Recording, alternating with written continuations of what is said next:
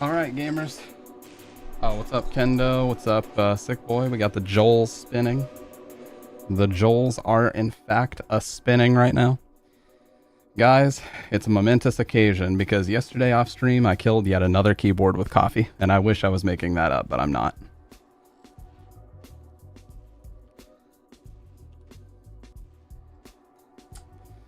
I'm not making it up. I genuinely wish that I was. I refilled a cup, and I was like, you know, oh, let me play some Third Strike. What a great idea. Well, you guys know I play Third Strike on a Moss, which requires you to fucking move your arms all over the place like crazy.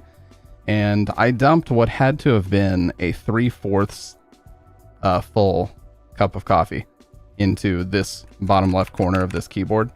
And listen how good this keyboard sounds. This is why it's sad.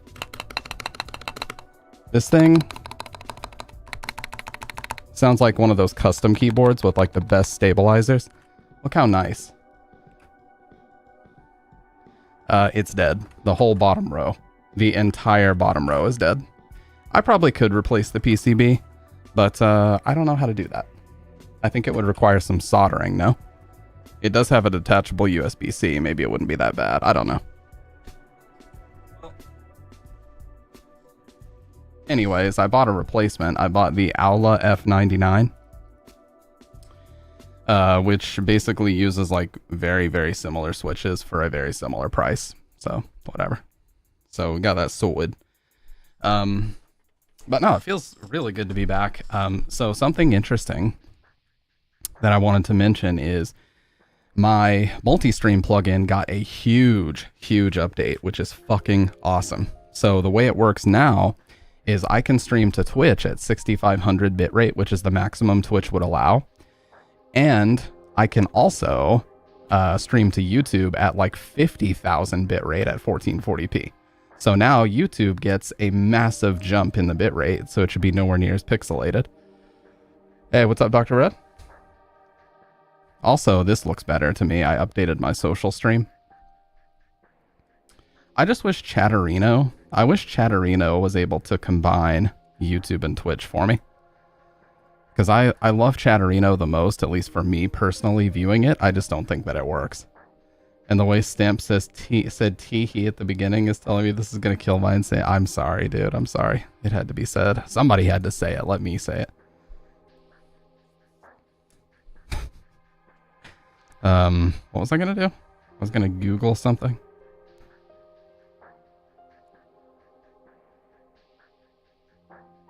Oh, yeah. So, I was going to see whether or not... I don't think Chatterino can do this. No.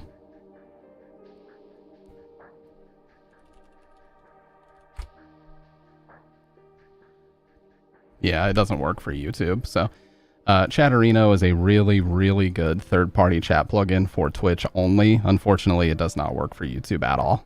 So, it just wouldn't be possible. Nah, man, it feels really, really good to be back. I've got some coffee. I've got 64 ounces of water that I'm just gonna drink like a fucking caveman out the side of the spout here.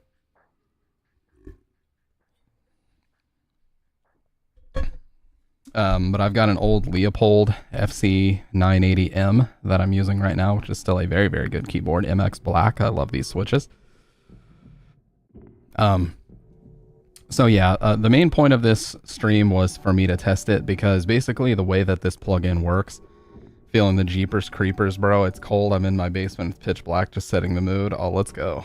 Oh, I'm ready, dude. I'm ready. I got a nap in before this too, so I'm fucking... You can probably... A lot of people think when I first wake up that I'm sick because my voice is a little bit deeper, but no. I don't sound like the Fortnite streamers that try to pretend to have a radio voice where it's like, hey guys, today we're gonna do some solo queue, hopefully get some dubs, you know what I mean? You know, where they just like purposefully exaggerate and do that vocal fry. Oh, and don't forget cranking the bass on your mic to fucking 10 out of 10. You gotta make sure that's a crucial part of sounding the part, you know? You know, you gotta look the part, you gotta sound the part. I'm too old to look the part though, so I don't bother with the rest. But yeah, and I'm gonna be honest, the reason why the coffee spilled was rage. I played against a guy who just absolutely fucking smoked me, and I just, you know, hit my table a little bit too hard. There's no evidence of this, of course, but then when I saw the coffee cup tilt over, it actually was almost a lot worse because it almost got inside both of my mixers, and I had to shut my PC down and basically spend an hour cleaning everything before I tested it again because I was so paranoid that all my audio gear was fucked too. So, yeah. Anyways. Let me take a sip.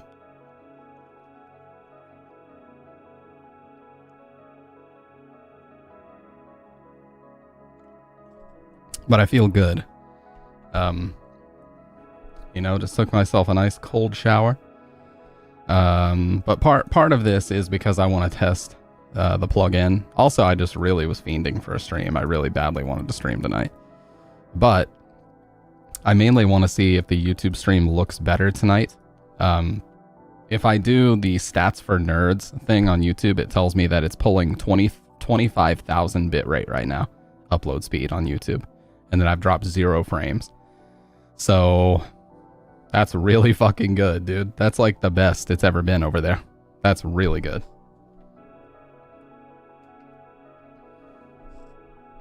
Really fucking good. So I'll take that. Every day of the week, I'll take that shit. But we'll see. As long as I can get away with not having to, you know, prioritize the Twitch stream if I want. I'm pale white on the cam. I'm always pale white, dude.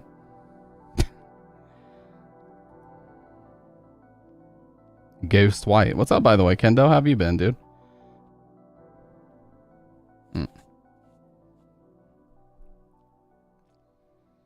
I haven't been out walking here lately, so my tan is starting to... There's nothing to walk, dude. Like there's nothing to walk around in my neighborhood right now because it's just storming all the fucking time. Every single day it's raining, storming. So it's like, I'm not going to walk in that. I like to walk when it's sunny, you know? Fuck walking when it's, you know, just raining outside. I'd rather just go to the gym. What would you guys do if I just came on stream with a spray tan? What would you do?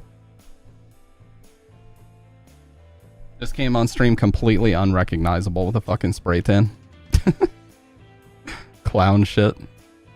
Or that too. What if I just fired up the stream and I had a face covered in clown white? Like Stein's clown white, like Kiss uses or whatever. That'd be a whole other conversation. Still canceled, just a whole other conversation. Yeah, bronzer. Oh god. Tell the television to see your stream and boom, ABC News of you just tanning. This online creator streams himself using a bronzer for viewers online. Let's get him for an interview.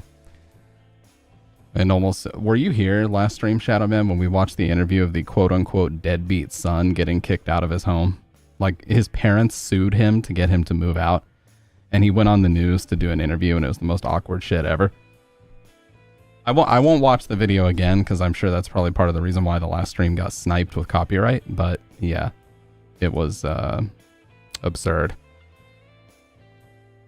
I didn't realize, by the way, the news anchor in that clip is related to, she's the daughter of Billy Baldwin. So she's the niece of Alec Baldwin. The one that was in that clip. I didn't even realize that, dude. I swear, Hollywood and news orgs are so full of Nepo babies and shit. Yeah. Yep, I got hit with copyright. I had to unlist the last stream. YouTube basically sent me an email and was like, hey, you've been found to be in violation. It's like these copyright strikes don't affect your ability to monetize the video. However, if it continues, we'll be forced to issue a strike. So they gave me the option of editing out the copywritten portion, which I could do. I just haven't had the time to do it yet. Or unlist the video for now and take care of it later. So I said, fuck it, I'll just unlist the video and take care of it later.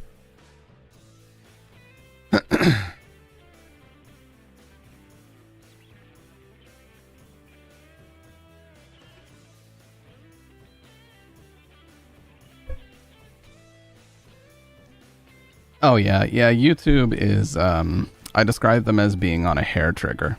YouTube does not fuck around with copyright. And I think YouTube also relies on a lot more automated systems to make their decisions when it comes to copyright stuff in the first place. So that's part of the problem. Like, they rely on a ton of automated systems. Yeah, I never really thought about this too much. Do you guys know who MKBHD is? He's one of my favorite YouTubers. He actually had a chance to meet with Susan Wojcicki, I think her name was.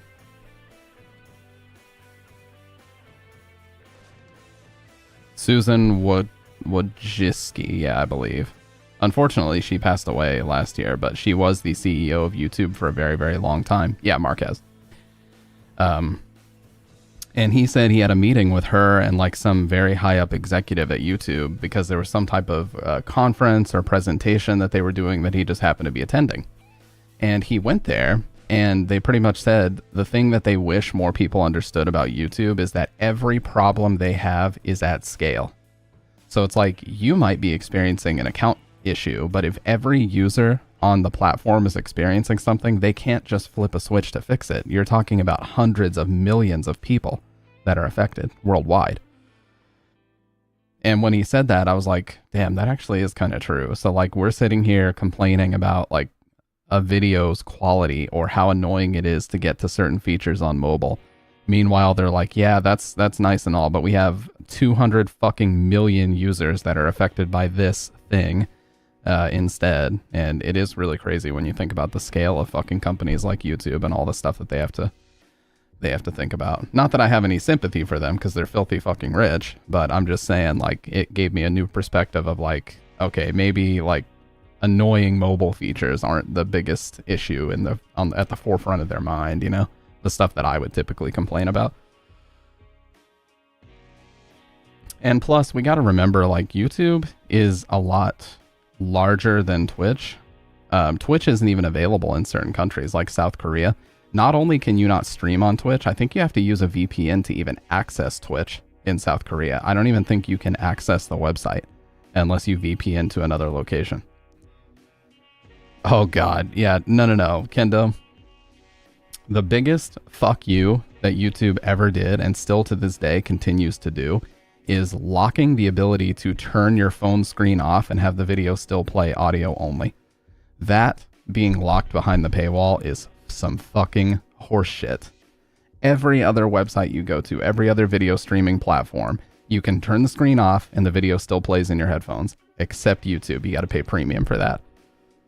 You fucking scoundrels, man. These fucking scam artists. Like back in the day when I used to jailbreak my iPhone every single year with Cydia, that was the number one thing I would do first, was get the jailbreak app that would let me do that. Dude, there were so many cool things you could do back then. Like I remember, here's how petty people were back in the day. So there were a lot of carriers. There's one carrier in the US called Straight Talk, which was basically a budget version of like AT&T, where it would use the same cell towers, but you would pay for the phone outright and just pay way less to have it on Straight Talk. And what you could do is you could download a jailbreak plugin just to replace the little carrier initials at the top, that instead of saying like Straight Talk, it would just say AT&T. That's how petty we were, because we wanted everybody to think that we were on AT&T even when we weren't. It's like fucking stupid stuff too. And we would pay for a jailbreak like that too. We would pay like $5 to download that. It's so dumb. Like some people would jailbreak it just to make it say dumb shit. Like, oh, you know, their initials are like Shane owns, you know, like just dumb shit they would put in the top left near their carrier bars. So stupid.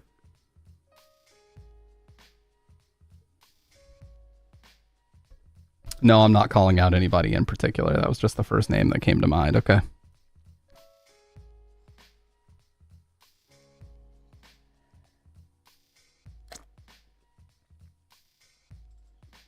Yeah, so me and my friends were having this conversation today, and we were also talking about this in Enigma's chat last night. I don't think people are going to pay these fucking prices for new games. I really don't. Me and every single person I know have already said we're just checked out of console games right now. We're not buying your fucking Switch 2. I'm not buying a PS5. I'm just not. And I'm not paying $80 for new games. I'm sorry. Nintendo shit never, ever, ever goes on sale anyway. Like they were charging, even just as of a couple months ago, they were charging full price for Breath of the Wild, a game that came out in March of 2017. Okay, we're talking about an 8-year-old game now, literally 8+ years old, and they're still charging full price for it. I'm not gonna participate in your bullshit. I'm not gonna pay those prices. And if gaming is gonna become such an expensive hobby, I'll stick to Steam sales. You know, Steam sales, indie horror websites like itch.io. That's all I need. I don't need a massive, you know, collection of new games. I'll either wait for them to flop and go on sale, or I will just stick to the winter and summer and spring sales of Steam. And that's really what it comes down to.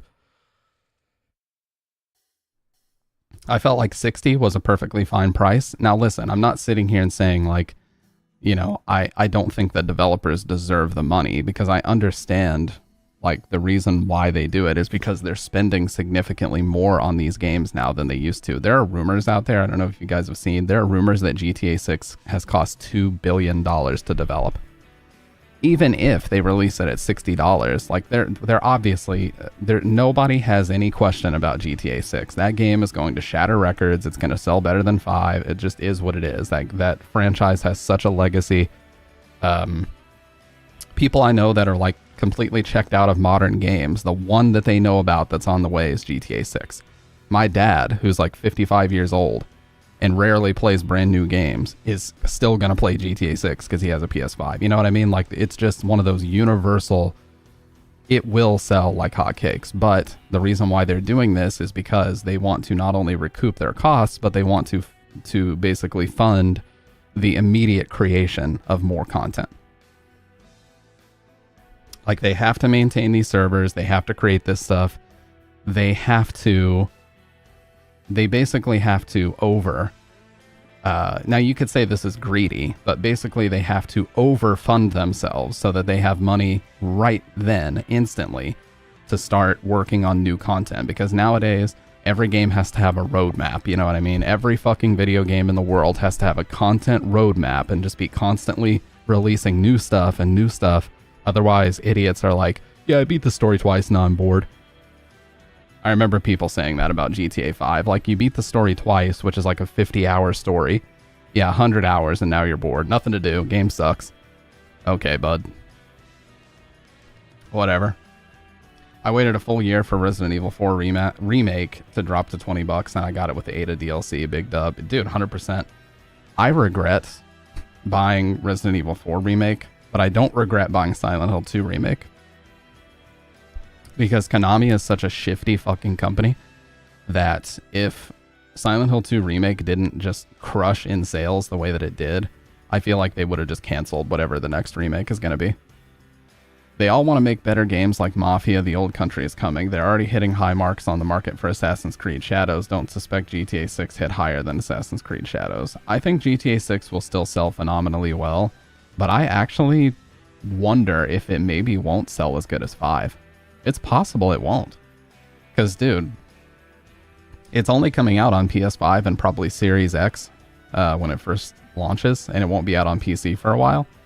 A lot of streamers ain't going to buy that shit. Like, I'm not saying everybody. Like, obviously, people like XQC and people who are really into GTA are going to buy it.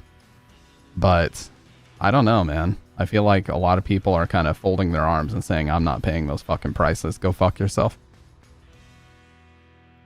See, back in the day, what I would do is if I really wanted like a console or something, I would... oh, this brings back such good memories, man. When GameStop wasn't a complete rip-off garbage fucking company. People don't care. It's GTA. People will pay $200 for it. I think there's an element of truth to what you're saying. Absolutely. And I think that streamers are going to be setting a bad example for that. Like, some people, like some big YouTubers and big streamers will put their foot down and say, I ain't paying that fucking price. Sorry. And then some people will say, you know what? I'm with you. I'm not paying that price. But then there's going to be some streamers that are just like, I don't give a fuck. I'm paying $200 for it. Go fuck yourself. I'm doing it no matter what. You can't stop me. And then that will kind of even, you know, the influence out, so to speak. But yeah, I know I will certainly not be paying those prices. I will wait for the shit to go on sale. I don't care how long it takes. I will wait for GTA 6 to go on sale. And I don't even think my PC is going to be able to run it very well anyway. I would probably need a whole PC upgrade. And you guys already know how I feel about doing like donation goals. Like, I don't have a problem doing it. It just, there's something, I don't know what it is. Maybe it's just the way I was raised. Like, there's just something, like, I would just feel weird putting like a new PC donation incentive, like a bar on my stream somewhere. I'm not hating on anybody that does that. Yeah, that's what I was saying, Sick Boy. Like, they're already reportedly, some news outlets are kind of reporting that there's a rumor they've spent $2 billion on the game. And that's probably why they're, you know, charging $200 per copy. Or I think $200 is like the most special edition, with probably a bunch of microtransaction bullshit included with it, probably extra outfits, probably, you know, just various different advantageous items in the game. Guns, maybe, you know, maybe they give you a car from the jump if you do that. I don't know. But anyways, back when GameStop wasn't a shit-ass company, when we were in school, me and a friend were just absolute Halo obsessives, okay? We fucking loved Halo with a burning passion, dude. And when Halo Reach was on the way, my friend really wanted the Halo Reach Xbox 360 Slim, you know, the one that made the special sounds, and it had like the Halo ODS, like the ODST logo on it. It was the silver console, right? And so what we would do, back then, is we would go to GameStop, and every time we had a little bit of money, we would pay into it. So we would basically pre-order the console or pre-order the game, and then every time you had $20, $30, you'd go back to the GameStop, put more money into it until, you know, a few months down the line, it was fully paid for. So by the time the shit was coming out, you just walked in and picked it up because you had already paid for it. I'm pretty sure GameStop still lets you do things like that, but they're just such a fucking shell of what they used to be. Not that they used to be some like bastion of good retail policies or anything. They certainly weren't. But like they just have turned into such a scumbag company that I just outright refuse to give them any business no matter what. But I just remember having good memories doing that, like being excited for Halo Reach and Modern Warfare 2. Oh man, Modern Warfare 2's launch was fucking awesome. I never really cared too much about Black Ops 1, but Modern Warfare 2 was my shit. Oh man, just fucking squadding up with like 6 or 7 other dudes from school and just running domination or... I was really big into Team Tactical, which was like a 4v4 mode. So it was only smaller maps. It was only smaller maps and it would be like 4v4. That shit was cool. Doom Eternal The Dark Ages is coming and no one was telling me about... Oh yeah, I think it's just called Doom The Dark Ages. I don't know if it's called Doom Eternal. Because I think Eternal was the name of the 2016 sequel. But yeah, very... I'm kind of interested in that game, but I'm sad with all that happened to Mick Gordon. It would be a very, very long conversation, so I won't get into it too deeply. But basically, the guy who did the incredible music for Doom 2016 and Doom Eternal got into a big, massive like contract disagreement with id Software and Bethesda, and it basically resulted in Bethesda offering him $100,000 to basically shut the fuck up, like zip it. And anytime people asked him like, hey, why is the Doom Eternal soundtrack so bad, he was contractually told, if he were to take the settlement money, to say no comment. So he said, fuck your money. I'm not taking your $100,000 like bribe, essentially. And he released a whole like 50-page explanation of everything that went wrong with Doom Eternal from start to finish. And pretty much just exposed id Software's Marty Stratton was the name of the guy who was in charge of the project, and he exposed Bethesda for just shitty business practices.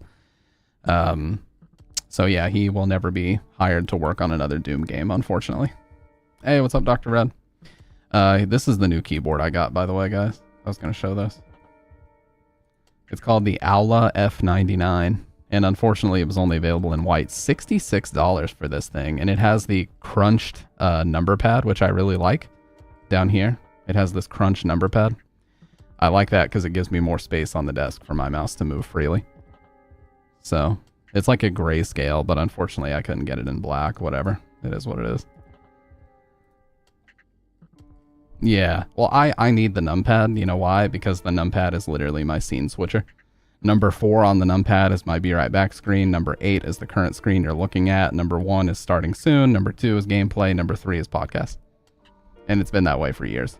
So my numpad is essentially my Stream Deck. And that's why I have to have one. If I get rid of it, I would have to buy a whole separate accessory, and I really don't want to have to do that. Boom. Fastest snipes in the West. But yeah, so basically, unfortunately, Mick Gordon will never work on another Doom game because of that. Now, he did work on the game called Atomic Heart, which he was actually lucky because... Marty and other id Software employees, yeah, we'll never have the best viewers, dude.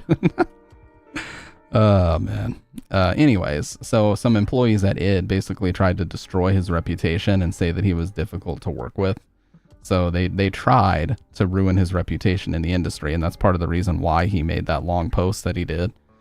And this wasn't even like he made a long tweet. Like, dude, he used like a personal blogspot page and created a fucking 50-page epic detailing every single thing that happened from start to finish. And that he came with fucking receipts, guns blazing. He had like 50 to 100 different screenshots in there. Almost every page of his explanation had a screenshot and receipts and everything timestamped all over the place. So naturally, Bethesda had nothing to respond to except to say that, oh, we stand with id Software, and you know, these are outright lies attempting to ruin the reputation of our employees, and you know, just general corporate bullshit speak. So a lot of people are actually conflicted about buying the new Doom game because of what happened there. And it's unfortunate because the game looks cool, but I can understand why they wouldn't want to support it after what they did to Mick. So, unfortunate, but it is what it is. Damn, dude, we're pulling 34,000 bitrate on YouTube right now. That's insane. 34,000 bitrate at 1440p. Oh, the YouTube stream should look good from here on out. Oh, yeah. So, quick question. You guys know that Silent Hill 4 got a huge update on GOG. Would you guys want me to do a run of that soon? I will totally do that over the weekend if you guys want me to. What they did is they updated Silent Hill 4 to restore all of the hauntings that were missing. If you guys don't know, the original PC port of Silent Hill 4, it was essentially a beta version that they had ported over, and it didn't have all the hauntings intact, so certain ones are totally missing. Like, you guys know how when I play the PS3, the Japanese PS2 classic version, you get that scene where Walter puts blood splatter on the wall and says, "Better check on your neighbor soon." That is totally missing from the PC version, or at least it used to be. So we could definitely play that here soon.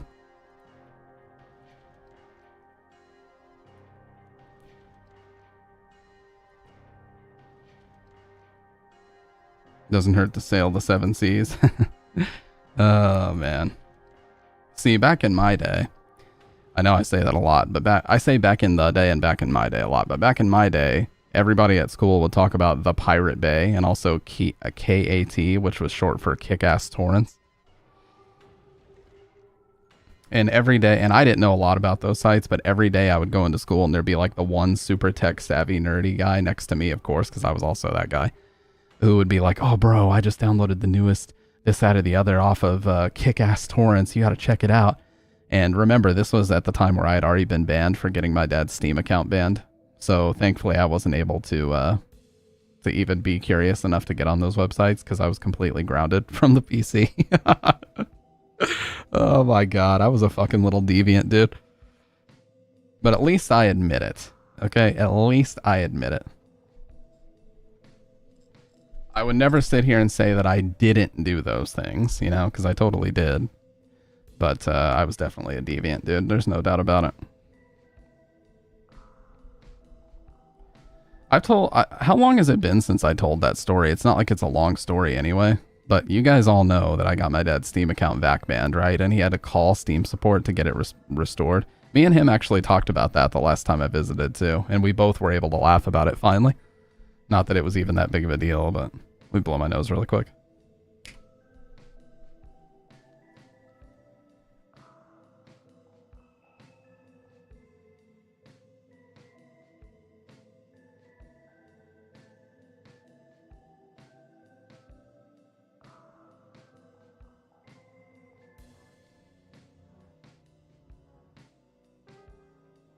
Yep, it was like cat.2. And they would have to keep changing the domain because they were moving their servers to different countries as shit got outlawed.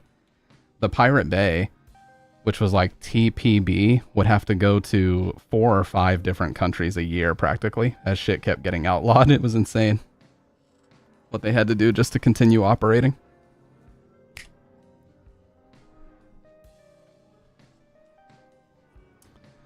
But yeah, my idiotic brother, when he lived with me in like 2018. Yeah, 2018. Very early. No. It was mid to late 2017 that he lived with me, yeah. He went on and downloaded like fucking Ant-Man or something off of a torrent website, and I got a fucking letter in the mail from our ISP that was like, if you download copyrighted material again, we will shut down your account permanently and like, you know, charge you a cancellation fee. So you can't get away with that too much anymore unless you are really smart about it with VPNs and stuff.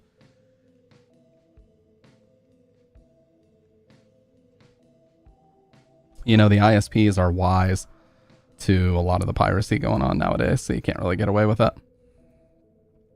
And fuck it, really? You're gonna risk your connection for a shit ass movie like Ant-Man, really? The movie's fucking mid as hell, and you're gonna, I don't know. I've given up trying to explain what he does and why he does it. I think that's just a lost cause at this point that I don't even entertain. So just get it out. There's no point. I mean, we'd be here all day is the point. Anyway, so really quick, before we play our video, the story of how I got my dad's Steam account banned. So Left 4 Dead, you guys all know Left 4 Dead, had just come out. I was playing Counter-Strike Source and I had some very manipulative, like conniving dudes in my ear telling me that I should go fish for accounts to give them Left 4 Dead. So basically they wanted to steal an account that had Left 4 Dead on it. And they didn't want to do it themselves. They wanted to give me that task because I was like 13-ish at the time, I believe. I think I was 13, 14.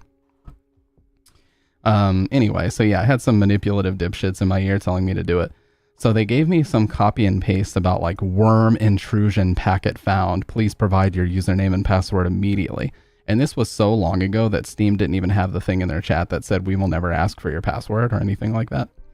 So I reached out to like 5 or 6 different people until I got someone who was relatively, you know, as gullible as I was back then. And he did actually give me his username and password. And then when I logged into the account, it did have Left 4 Dead on it.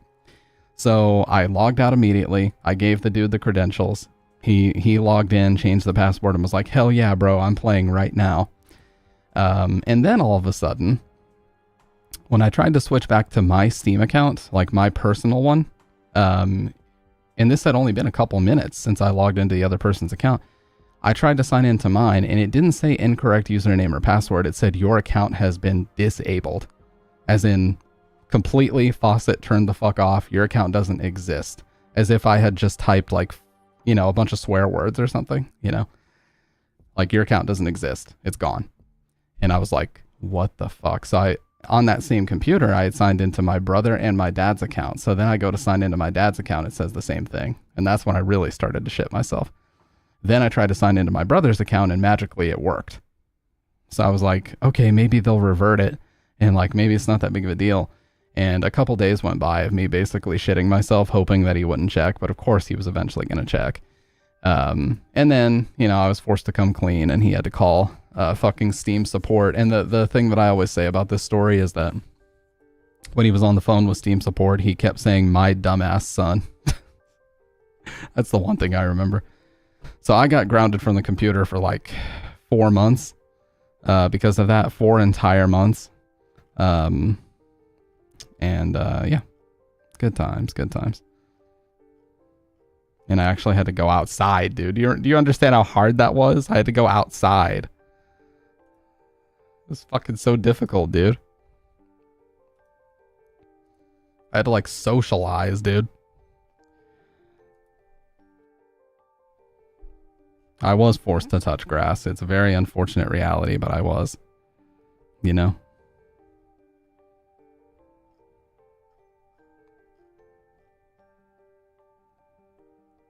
What about this Claire Obscure Expedition 33 game, though? Is this game good? Have any of you guys played it?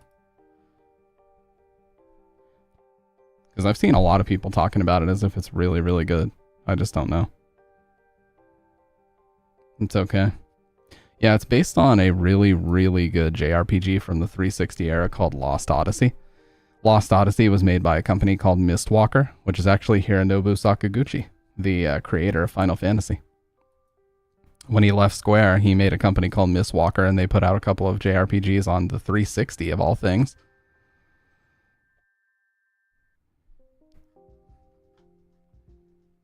Hey, what's up, Malum?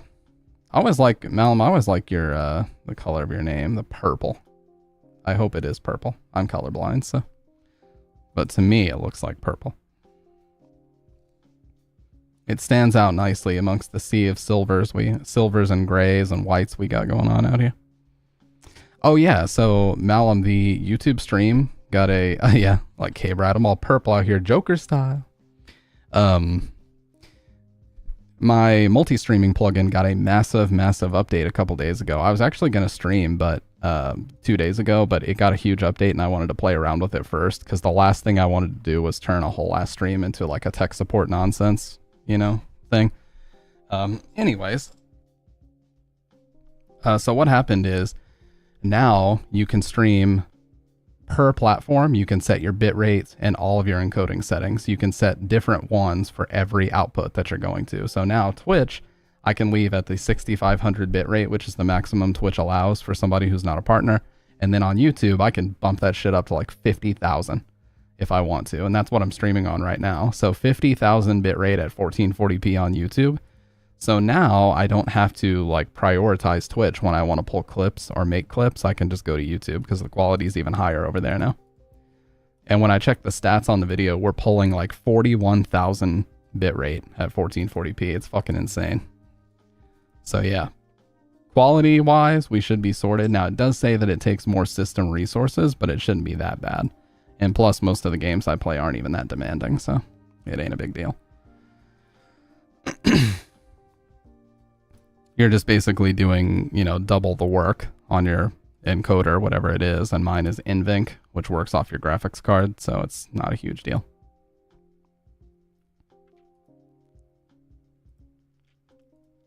All right, let's find us some nice Nightmare Fuel.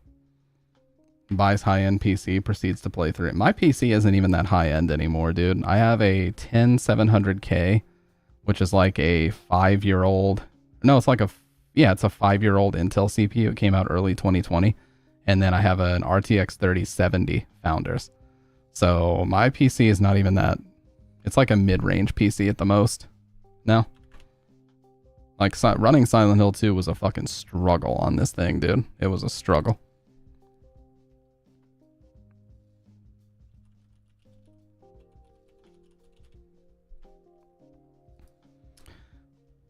Let's see.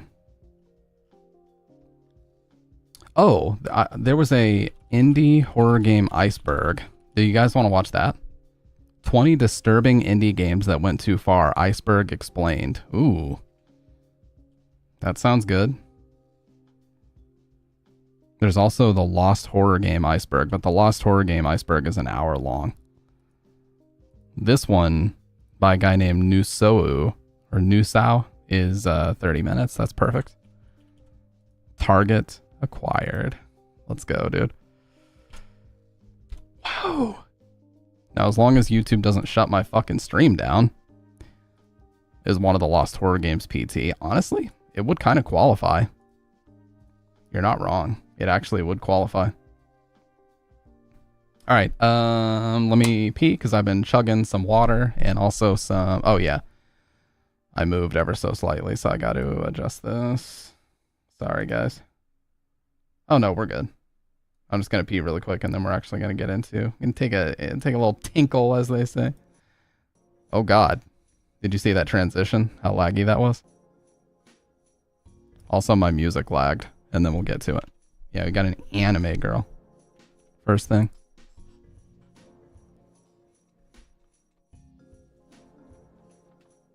The consequences of bringing the viewers higher quality is it's going to lag sometimes. That's a reality I've accepted.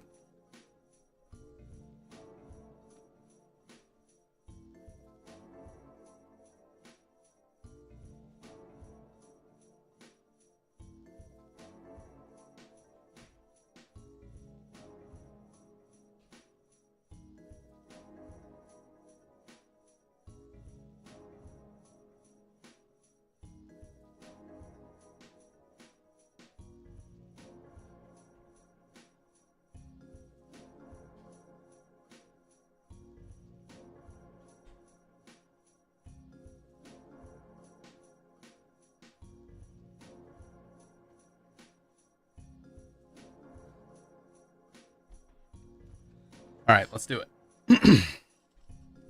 No, I did not skip washing my hands because I know you were going to ask.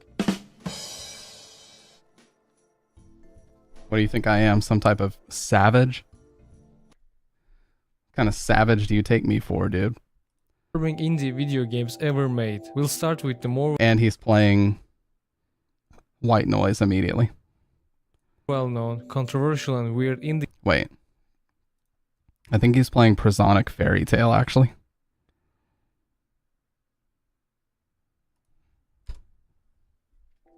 Yeah. This is Prosonic Fairy Tale. the games and dive deeper into the most bizarre and illegal ones. Let's start with the level 1. Illegal? Oh, Pico School. I know about Pico School. That was a literal school shooting simulator that was on Newgrounds for a while. That was very, very controversial.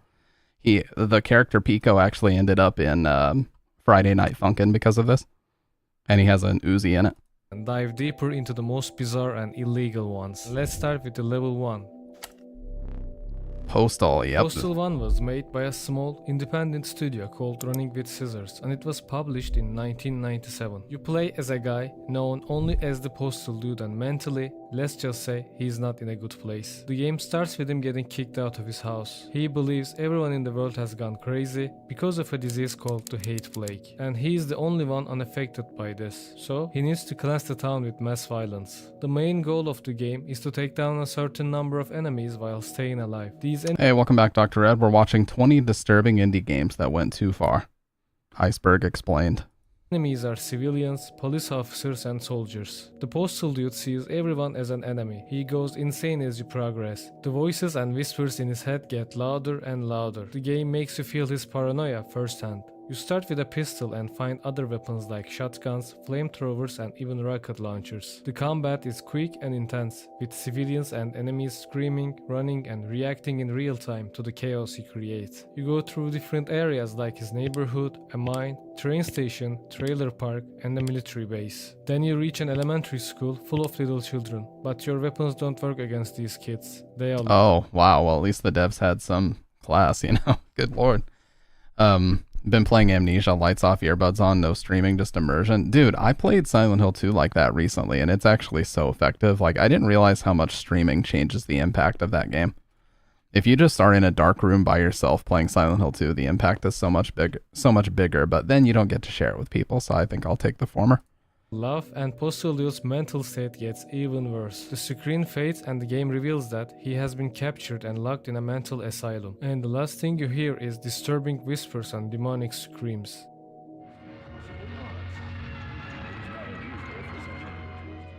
But in the HD remake version, the ending of the game was changed to a funeral scene, and some fans of the game theorized that this was the funeral of Postal Dude's child, and the entire game is a result of his breakdown.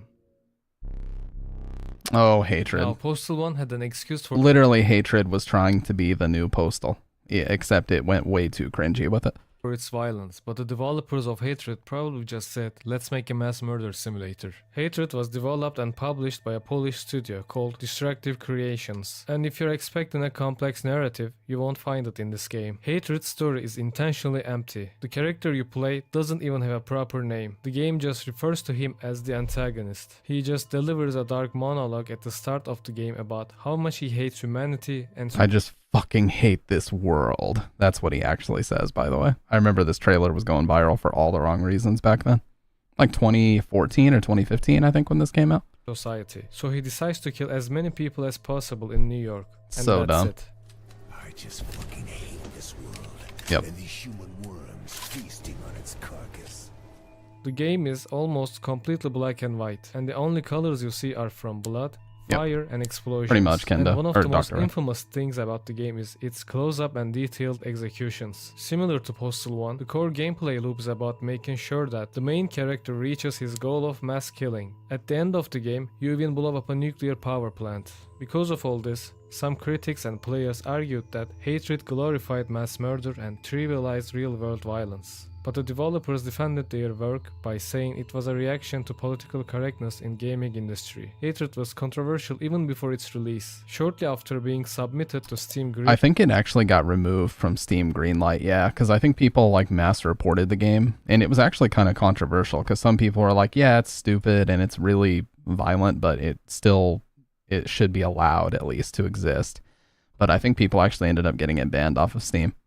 Greenlight in December 2014. Valve removed the game because of its violent content. Yeah. But after backlash over censorship, Gabe Newell, the president of Valve, personally brought it back and apologized to the game's developers. And since then, Hatred remained available on Steam, and it even got an Xbox One port in 2020. Wow, based Gabe Newell? Now listen, I'm not saying that game is obviously dumb as hell, and I actually think it's on the Twitch ban list, if I remember right. So you can't just go around streaming Hatred. But I kind of agree with Gabe. It's a stupid fucking game, but the developers, you know, said that it was a response to censorship. So to censor it is like the ultimate irony. You know, it's like, whatever. If you want to buy it, buy it. What's the point in censoring it? Games like Manhunt are still allowed to exist. Pico's School was released in 1999. It was made by Tom Fulp, the creator of Newgrounds, and it became a cult classic and shaped the entire Flash game scene. At first glance, it looks like a simple cartoon shooter, but the inspiration behind it is what made it controversial. The Columbine, I believe, was the inspiration behind it. Just putting it out there. game was released just 3 months after the Columbine High School massacre. Yep. Inspired by that tragedy, the game drops you into a school under attack by a group of outcasts. You explore the school and fight with gang members. Each gang member acts as a boss fight, and at the end of the game, it reveals that Cassandra, the gang's leader, is actually an alien. And to stop her, you have to shoot her in a specific weak spot. Given the timing of its release and its graphic depiction of school violence, Pico's School immediately met with controversy. Parents and media called it tasteless and irresponsible, but none of that stopped it from becoming a classic Flash game. Despite, or maybe because of the backlash, the game exploded in popularity. Oh my god, yeah, that game was actually really racist too. I like how they didn't even mention how racist it was at the end. Look what he says right there. This is the ending of the game. After all the students except for Pico are dead, he says this. I like how he just brushed over that part. Not that it's relevant for, I guess, this video, but yeah, it was also pretty bad. Made a simple 9/11 game the day it happened on Newgrounds or something. I think I know what you're talking about, but yeah. Pico, the character, was actually in Friday Night Funkin', by the way, if you guys didn't know. I'll show you really quick.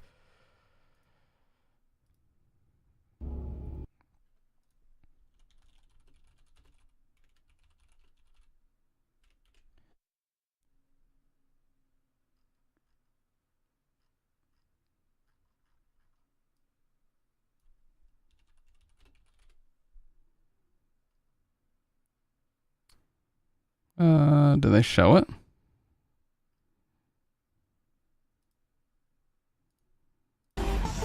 Yeah. So this is Pico when they put him in Friday Night Funkin'. And you can see he still has his Mac 10. So yeah. They clearly don't care about the controversy behind Pico. But that's just the way Newgrounds is, man. They really don't give a shit about stuff like that. Like, Newgrounds was kind of built on controversy, so they don't care. The game exploded in popularity. Imagine waking up in a perfect 1950s town with friends and neighbors, but something is off. It's like the whole town is wearing a mask. That's Harvester, a 1996 classic horror game developed by a small studio called DGFX Interactive. While it plays like a traditional... Dude, this era was so weird. My dad had so fucking many of these games. These Uncanny Valley, what they're called FMV games, or full motion video, because full motion video was just the revelation at the time. My dad had so many games like this. There's one famous one called Phantasmagoria. These games are really fucking disturbing. Adventure game with things like clicking on locations, objects, and people. It quickly becomes something else. The game forces you into graphic violence to progress. And with its weirdly uncanny visuals of pre-rendered 2D backgrounds mixed with digitized actors, everything feels unsettling. Yeah, basically Mortal Kombat popularized this idea of digitized actors, where you would basically film the actors doing things and then you could import the camera work into the game. Like, Mortal Kombat popularized this, and then a lot of companies started to use it. And that's kind of what gives you the look that you see here, where they kind of look like real people, but they also kind of look digitized. Like, Mortal Kombat was the first game that really did that or made it popular. 2D backgrounds mixed with digitized actors, everything feels unsettling. You play as Steve Mason, a young man suffering from amnesia, waking up in a town of Harvest in 1953. He doesn't remember anything, not his past, not his family. And the people in town act weird. The things they say feel unnatural. Everyone in the town says that. Yeah, Steve is engaged to a woman named Stephanie Potsdam. So you guys said that at the exact same time, but yeah, if you guys have never seen it, look up Street Fighter, the movie, the game. I'll bring it up later. It was so fucking weird. They made a Street Fighter movie with Jean-Claude Van Damme, and they decided to make a fighting game based on the movie with the actors. Like, what the hell is that, dude? Scraping sounds in the bathroom sometimes, like something is sliding along the wall. Claws, maybe? And Mr. Potsdam. I don't like the way my dear daddy looks at me. Both of them are always watching me, but especially him. Steve goes and meets her, and he learns that Stephanie also has no memories of her past. They become lovers and look for a way to escape this place. But then, things take a darker turn. If you don't want spoilers about the ending of the game, you can skip to the timestamp on the screen. Spoiler alerts. Just so you guys know.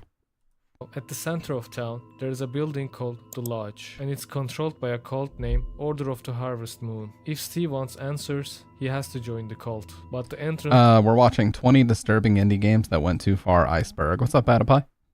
is not free. He must complete a series of tasks assigned by the lodge keeper. At first, they seem harmless, but then they force Steve to do a lot of darker things. One day, Stephanie disappears. You find out that she's in the lodge, and you finally get inside. There are rooms called temples, and people inside these rooms give Steve weird puzzles to make him reject traditional morality. They teach things like charity is meaningless and old people are disposable. You even see a room that looks like a kitchen, where a chef prepares human meat. And when you reach the ending, you learn that nothing was real. Everything in the town was all part of a simulation except Steve and Stephanie. The rest was part of an experiment by scientists in the 90s to test if it's possible to turn normal people into serial killers. Here, Steve is given two final choices. He can kill Stephanie and return to the real world as a killer, or he can choose love and stay with her, living the rest of their lives in Harvest.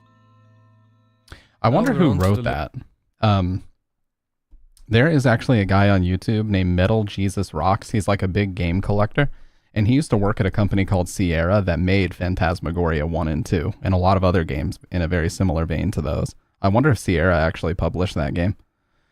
He has some really, really cool stories about, you know, the people that worked on them. He said one of the ladies like always had Halloween decorations and she was just in love with Clive Barker. So she would write all of her stories to be really dark, Victorian, you know, cult-esque stories like Clive Barker does. Level 2 of the iceberg with games that triggered outrage and made headlines. Is Manhunt going to be here? Oh, JFK Reloaded. 2004, a small Scottish studio called Traffic Games released something that instantly became By the way, the song is Ordinary Vanity. Sorry. one of the most controversial Yes, the same Sierra that made Half-Life Opposing Force and Half-Life Blue Shift.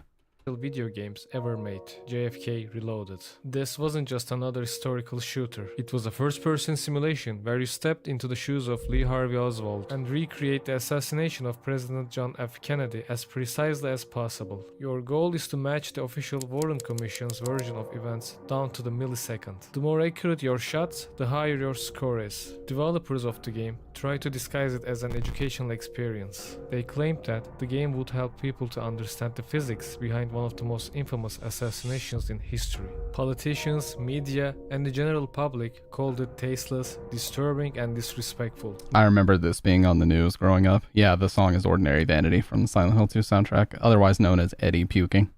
When you first meet him, that song. News stations ran sensational headlines about a game that let you roleplay as JFK's assassin, and some US lawmakers even pushed to get it banned outright. But perhaps the most crazy part is that the developers held a competition where players could win up to $100,000 if they managed to recreate the shooting with near-perfect accuracy. So obviously, this thing made the game's controversy skyrocket even further. Did anybody actually win that? I would love to know. Oh, Hong Kong 97. Released in 1995 for the Super Famicom by a tiny studio called Happysoft, this obscure, janky shoot-'em-up game has gone down the history for all the wrong reasons. At first glance, the gameplay is simple. You control a guy named Chin, supposedly a relative of Bruce Lee, blasting through endless waves of enemies. But the game's difficulty is extremely high, and if you get hit even once, it's game over. And just to make things even more punishing, the game never ends. It just loops infinitely. By the way, the developer of this game has actually been interviewed on YouTube,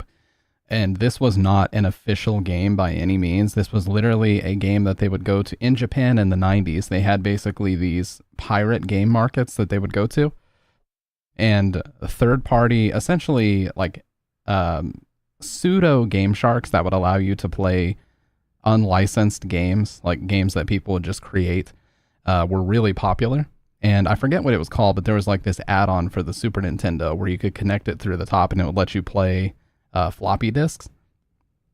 And it was developed as a pirated game. This was never in any remote capacity. This was never released officially for the Super Famicom. This was a game that had like maybe, 50 copies at the most that were ever made. And it was just meant to go to basically these game festivals that they would have where they would just trade pirated Super Nintendo games. So that was the story. I always wondered, like, how the fuck did this even get made? It was just one dude who made it and took it to a market. The visuals are a complete mess. Chin isn't even an original character. He is literally a pixelated image of Jackie Chan. Backgrounds are just stolen assets. And the entire thing is set to a blaring, endlessly looping Chinese propaganda song that drills into your skull. Set in 1997, the year Oh my god.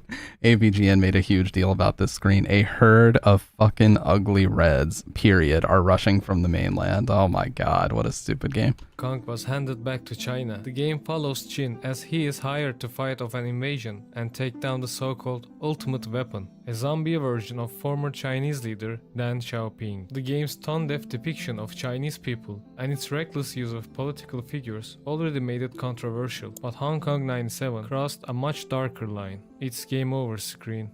Oh, Instead of a yeah. simple try again message, players were greeted with a horrifying real-life photo of a dead body. No explanation, no censorship, just pure shock value. Yep. This disturbing imagery turned an already bizarre game into an urban legend. Wow, games Super Columbine Massacre RPG. Gee, I wonder what the hell this was controversial for. Have ever gained as much controversy as Super Columbine Massacre RPG, and for good reason. Released in 2005 by a solo developer Danny Ledon, this indie RPG puts players in the role of Eric Harris and Dylan Klebold, the two perpetrators behind the Columbine High School Massacre. It was built with RPG Maker 2000 and it has a pixelated, retro look of a classic role-playing game, but its subject matter is anything but nostalgic. Players navigate the day of the attack step by step, starting with planning, gathering weapons and planting bombs, all leading up to the shooting itself. What makes it even more unsettling is the detail. Dialogue is pulled straight from the shooter's journals and video footage. Real photos and audio clips are everywhere. Yeah, I was gonna say, damn, he fucking went all the way in on this nonsense. Like, he just straight up used their, like, news photos and quotes and stuff. At least Pico School was a fucking fictional setting. After the massacre, Eric and Dylan descend into hell, where they fight their way through a bizarre lineup of characters, including historical figures like Oppenheimer and John Lennon, alongside fictional ones like Pikachu and Homer Simpson. And the final boss is Satan himself. And as if the game wasn't already controversial enough, South it Park. ends with a press conference at the school, using actual footage from the real-life events. At first, the developer initially released the game anonymously, and revealed himself later. He defended the game as an attempt to explore the factors behind the tragedy: bullying, alienation, and the killer's warped mindsets. He insisted it wasn't about glorifying the shooters, but the public wasn't having it. Nope. The media went wild, using the Super Columbine Massacre RPG as fresh fuel in the never-ending debate about whether video games promote real-world violence. Oh man, that was a big conversation for me growing up. All the time on the news, that's all you heard about was video games causing real world violence, video games promoting violence, video games causing people to be violent. Manhunt was a very, very controversial game growing up that they said that about. Bully by Rockstar Games. Before Bully came out, they acted like if that game got released on the public, that it would just unleash a wave of bullying, the likes of which we'd never seen before. And then lo and behold, the game comes out and the whole premise is that you are a dysfunctional kid from a dysfunctional family and you learn to give justice to the bullies, and you basically take over this degenerate school and stop the other kid, Gary, who's doing far worse things, like terroristic things, like setting the fucking school on fire. He becomes the main villain, and you have to basically, put things right. So it was not a game about bullying, but that's what the fucking story that they ran with. So this was a big central theme in the 2000s, was whether or not games cause violence. You couldn't go anywhere on the news without hearing about it. It's been banned in multiple places, and even now, nearly 2 decades later, it remains one of the most infamous and disturbing games ever created. Now we are entering the level 3 of shit. the iceberg. Oh, I Released remember in these too. 2003 by an indie developer called Petrula Entertainment, this low-budget FPS was exactly what you expect from an era where the Iraq War dominated the headlines. You play as an unnamed American soldier, shooting waves of Iraqi enemies with clunky controls and This looks like that Halo 1 map. What was it called? Blood Gulch or something? some of the worst AI imaginable. Enemies just run straight into your bullets and they shout badly translated stereotypical Arabic phrases. Then there is the final boss, Saddam himself. He's so You just short, shoot what him the fuck? And that's the game. But Quest for Saddam's biggest controversy didn't come from its release. It came 3 years later in 2006 when the global Islamic media front took the game and reskinned it into something called Quest for Bush. This time Oh, you play as a shit. jihadist, fighting your way through American troops in one-to-one reskin of the original game. And instead of Saddam, your new target is Bush. President George Bush. Yep. And that's when the media said, whoa, whoa, whoa, whoa, what's going on here? Not to get political, but the irony is very clear. VTech Rampage was released just 3 weeks after the Virginia Tech massacre in 2007. It was created by an Australian developer named Ryan Lamburn. You play as Sang Hee Cho, the real-life shooter, and the entire game is just you reenacting his attack on the university. The graphics and the gameplay are pretty simple. You just run through the school, gunning down students and teachers while avoiding the police. News stations lost their minds over this thing. Families of the victims were outraged and websites banned it immediately. Most developers, when faced with overwhelming backlash, either apologize, stay quiet, or just try to disappear. I think this guy like leaned into it and basically said, go fuck yourself, if I remember right. Not Ryan Lamburn. He doubled down. Yeah. Rather than defending the game, he made fun of the outrage. And he even tried to profit from it. He demanded $1,000 to remove it from Newgrounds, $2,000 to take it off his own site, and for $3,000 he would apologize. So it was clear that the game was made for profiting of a real-life tragedy. Released in 2002 by National Alliance. Dude, what was wrong with developers in the 2000s? Fucking half these games came out between 2002 to 5. What the hell was going on then? I didn't realize how many of these came out in that era. Literal white supremacist organization, this game wasn't just trying to be offensive, it was just an extremist propaganda. Now calling this a game is generous. It's barely functional, even Yeah. by early 2000 standards. It's a first-person shooter, and you play as either a KKK member or a skinhead. And you Good run God. through 2 awful-looking levels where your goal is to eliminate African Americans, Latinos, and Jewish people. And the final boss is none other than Ariel Sharon, the former Prime Minister of Israel. The entire game is covered in extremist symbols and imagery. Even the game's release date and price were meant to send a message. It was released on Martin Luther King Jr. Day, and it was sold for $14.88. Oh my God. A direct reference to 14 words slogan used by white supremacists. Oh my God. Every possible. This guy said, how can we possibly just crank up the controversy to the absolute fucking maximum? Even down to the fucking decimal point of the price, dude. Let's just include everything, dude. Everything possible. Major news stations criticized the game, and people were concerned about how games could be used as tools for spreading extremist ideologies. But ethnic cleansing was never available in places like retail stores. Instead, it was sold with racist music and literature in underground websites and communities. Yeah, like you said, Dr. Red, shit like that was literally just designed to give these weirdo developers their 15 minutes of fame. And unfortunately, it became a vicious cycle because as they kept featuring these fucked up games, it kept motivating the same fucked up people to keep making them and to keep making them more and more extreme. Because they're like, oh damn, I might get featured on the news. You know what I mean? Like it was a vicious cycle where they kept giving them the attention that they wanted. Back in 2013, a random post popped up on X, or the paranormal board of 4chan. The user claimed that they had found something weird at a tech expo. Among a bunch of normal CDs, there was a disc with a mysterious game called Station.exe, built in Blender by an unknown developer. Just a name and a file. Right away, Station.exe drops you into a pitch-dark, abandoned facility with unsettling ambient noise. The whole place feels wrong. As you start walking through the building, you realize that you're not alone. These massive, floating, lifeless human faces start following you. They don't move like normal enemies, they just hover, completely still until they are suddenly not. And if they catch you, you die. The game doesn't give you a game over screen or a reset. It just shuts itself down. But how is this more controversial than the ones we've seen? But at one point, some players discovered GPS coordinates hidden on a wall inside the game. Oh, and these shit. weren't just random numbers, they led to a real place. Specifically, an abandoned diamond mine in Russia, and the structure of the mine closely resembles the facility inside the game. Now, this is where the mystery really picks up. The mine is a restricted area, so nobody could just walk in and check if the game was referencing something real. But if this was just a weird, random, obscure game, why would it point to a real abandoned site? And it doesn't stop there. When players started digging into the game's files, they found even stranger stuff like a link to a password-protected website and references to old posts from 4chan's keyboard, which, if you don't know, is the weapons board. So now you have a mysterious game that pointing to a real abandoned location with connections to weapon discussions and a hidden website that no one has been able to access. Hmm. Now, Yeah, that definitely seems like something where they were probably distributing this as like a weird roundabout way to do something black market related, probably to do with weapons, based on what he said.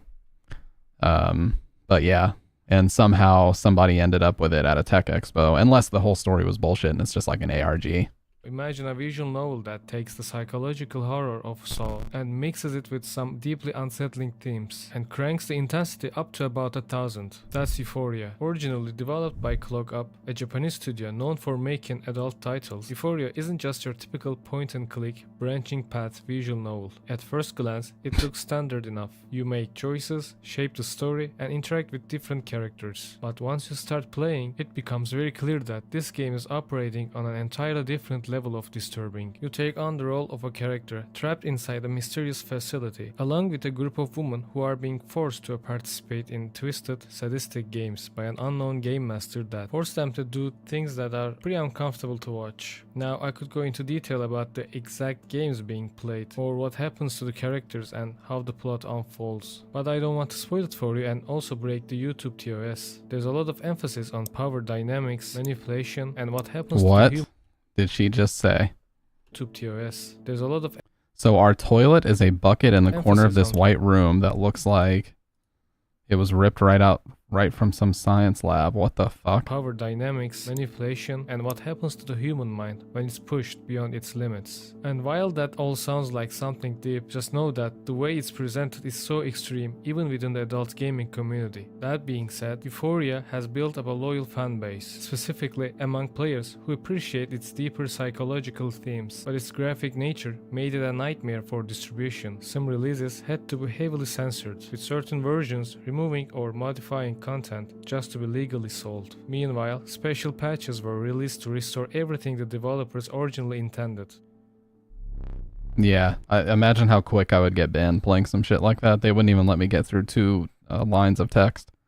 Released in 2008 by a mysterious solo developer known only as 237, Demonophobia is a side-scrolling survival horror game that drops you into a literal nightmare. You play as Sakuri Kunikai, a 14-year-old who wakes up in a dark, fleshy, blood-stained hellscape with no idea how she got there. When she steps outside, she is immediately attacked by monsters. You don't get any weapons, you can't fight back, your only goal is to survive. And the game is really difficult, forcing you to learn through trial and error. And you will die. A lot. Dying in Demonophobia isn't just a quick game over screen. Every time Sakuri fails, the game forces you to watch as she meets an incredibly graphic and horrific end. Every single death animation is grotesque, excessive, and deeply uncomfortable to watch. It's not just the usual horror game gore either. They even force her to do things that are way too extreme. And to make it even worse, the game has zero sound, no dialogue, no music, no sound effects, just pure silence as you navigate this grotesque nightmare. Naturally, Demonophobia became infamous, but not just for its brutality, but for the fact that it was doing all of this to a young teenage girl. Even in the world of extreme horror games, this was too much for a lot of Data full blast Kamehameha. Oh my god. Yeah, this just seems like somebody's fucking really weird. I don't know. I think you guys know what I mean. This seems like somebody's personal fucking brain just being like, you know what, let's put this out there. people. For years, nobody knew much about 237, the mysterious developer behind the game. But in 2021, they finally stepped forward and revealed themselves in a Japanese website as the creator of Demonophobia and its cancelled sequel, Xenophobia. And to prove it, they even released previously unseen beta files from the games. And as of now, they are still active in game development. Now we are on the level 5 of the iceberg. 177 is a Japanese game that was released in 1986 by DB Soft So many Japanese games on here too. under the name Macadamia Soft. Now you might be wondering what's up with that number. It's a direct reference to Article 177 of the Japanese Penal Code, which criminalizes sexual violence. You can probably guess what kind of game this is. The entire premise revolves around chasing down a woman in a side-scrolling environment. In the first section, you, the player, must prevent the girl from reaching her home and dodging obstacles like stones, barriers, and even animals like dogs and turtles. But here's where it gets even more disturbing. If you manage to catch her, the game transitions into a full-on simulation of the crime, where the player inputs commands to match the character's actions. And the goal is to satisfy the girl. If you fail, you get arrested. But if you succeed, you are rewarded with one of the most disgusting conclusions imaginable. The girl marries the main character. And yeah, that's the windscreen of the game. Now you might be wondering, how did this get even released? Yeah, seriously. In 1986, how the fuck did this even come out? Even in the anything goes era of 1980s gaming, 177 was too much. The game was banned almost as soon as it hit store shelves. It became one of the first video games ever pulled from the market due to its content. And the developers never tried to re-release the game. No ports or remakes. It's been buried deep in gaming. Dude, imagine they come out now and try to do a remaster. Yeah, I don't think that'd go over very well. history. Lostboy.exe first popped up on 4chan's paranormal and video game boards back in 2012. Just a random, creepy game floating around with the name Rob attached to it as a supposed developer. The game itself is pretty simple. You wander through a maze-like environment filled with satanic imagery and distorted religious paintings staring at you from the walls. Classic eerie, lo-fi horror vibes. A little weird, a little disturbing, but nothing too wild. As Holy shit, Lostboy.exe the started bitrate. getting passed around, someone with bad intentions decided to mess with it. They took the game and injected it with a remote access Trojan and re-uploaded the game. So if you downloaded the wrong version, you weren't just getting a creepy indie game, you were unknowingly installing a virus that gave a hacker full access to your computer. They could dig through your files, turn on your webcam and steal your personal data without you even realizing it. And the game became infamous for that. Now fast forward. You know what's funny about that? I mean, obviously what they're doing is not funny, but everybody, you're able to access USB webcams. What's funny is nobody would be able to do that with mine because it's not a USB webcam. It's literally it's a traditional Sony camera, like a standalone camera that just has a video cable running out of it. So unless they were able to like remotely enable my capture card, they wouldn't even be able to do that. You can only do it with USB. So in that sense, USB webcams are actually a little bit less safe. Over to 2023, more than a decade later, and this mystery finally got some answers. A French YouTuber named Feldup managed to track down Rob, the original creator of Lostboy.exe, and talk to him. And according to Rob, he was once part of a small group of indie developers, which allegedly included the creator of Risk of Rain. Lostboy.exe was just a side project, something made purely to be scary and simple. A banned furry roleplay group from 4chan apparently wanted to get revenge from the site and re-uploaded the game with a virus.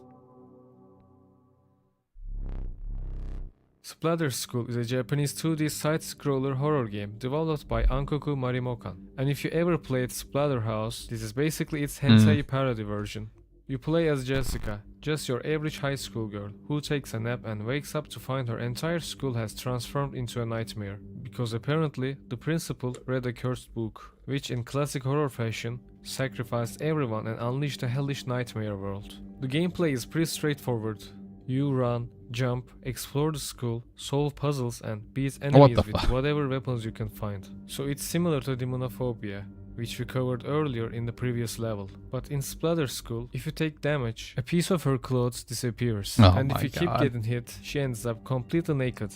Because of course, that's a necessary game mechanic. And it doesn't stop there. When you die, you are treated to some of the most violent and grotesque death scenes imaginable. Splatter School has over 50 different ways to die, and it makes sure that you see every detail. All the gore, death scenes, and the high school girl ending up this way made the game controversial. Dude, Japan has a major problem with high school girl depiction. Seriously. It's now for people that like I saw this documentary that Vice made like 10 plus years ago where they basically said the reason why high school is featured so heavily in Japanese media is because it's the last time that Japanese people experience any semblance of freedom before they go into the workforce and they essentially just become a wage slave for the rest of their lives. It's sad to think about, but it's true. So that's why they're so hell-bent on just depicting everything as high school kids. That's why the Persona games are about being in high school. That's why so many of these games are about high school girls. Like, they are just utterly obsessed with the freedom that came with them being in high school. And that's why so much of their media depicts that. I mean, we see it in fucking Street Fighter. They are just obsessed with giving half the female cast a schoolgirl outfit. Like in Street Fighter 4, they gave Elena, a lady from fucking Africa, they gave her a Japanese schoolgirl alternate outfit. Like, why? Why do they do these things, man? Yeah. Japan also has a very big upskirting problem. Yes, that's true. So much so that a lot of modern games, they take special care to not show upskirts, or, you know, they just have like the underskirt aspect. If it just so happens to be shown, it's just like a black void. You don't actually see anything rendered out.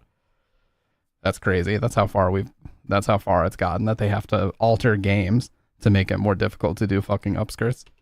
The story of Kamikushiki Village was released in 1995 for the PC 98, and if that name doesn't ring a bell, you might recognize the developer, Happysoft, the same company who made Hong Kong Night 7. Yep. In this game, you don't play as some random fictional villain, you play as Shoko Asahara, the real-life leader of Aum Shinrikyo, the doomsday cult responsible for the Tokyo subway sarin gas attacks in 1995. The game literally puts you in charge of one of the deadliest terrorist attacks in modern Japanese history.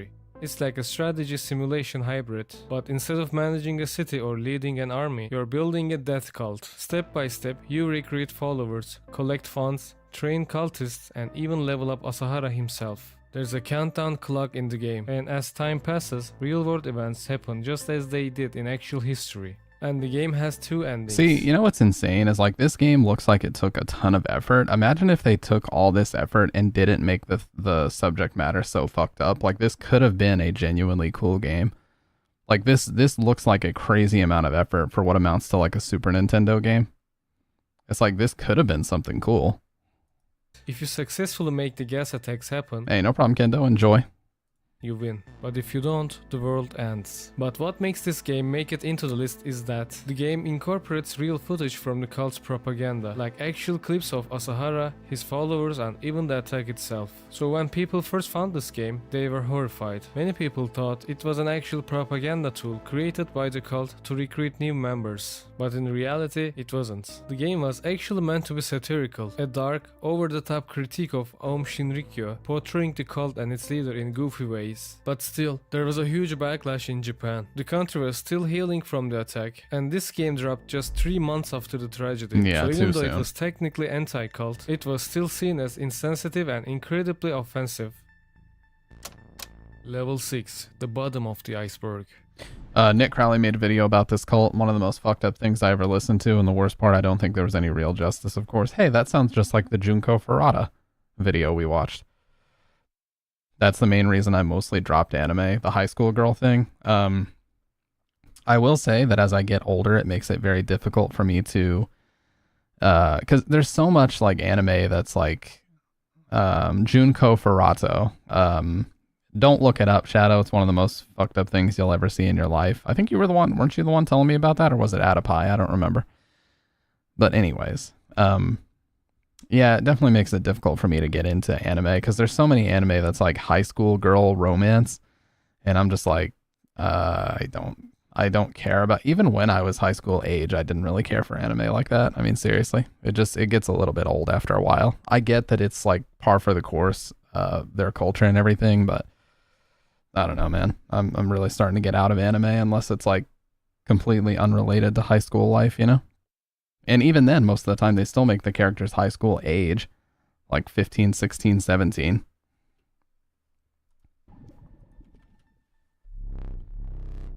Rootpain.wad is a Doom mod released in 2013 by a mysterious modder known as Zygo. It starts in a disturbing, fleshy environment, like somehow you've been swallowed by something alive. The walls and floors pulse like organic tissue, while red blood cells float through the air. When you check the in-game map, you see the level name, Womb. And the layout of the map resembles a female reproductive system. And that's not all. Instead of being labeled as Doom Player, your character is called Parasite. And then there is a fetus named Zygo, a reference to Mod's creator and the word zygote, the earliest stage of human development. And your goal is to destroy two organ-like structures. And I don't know anything about that. The only thing I can remember is the Waco siege back in '93.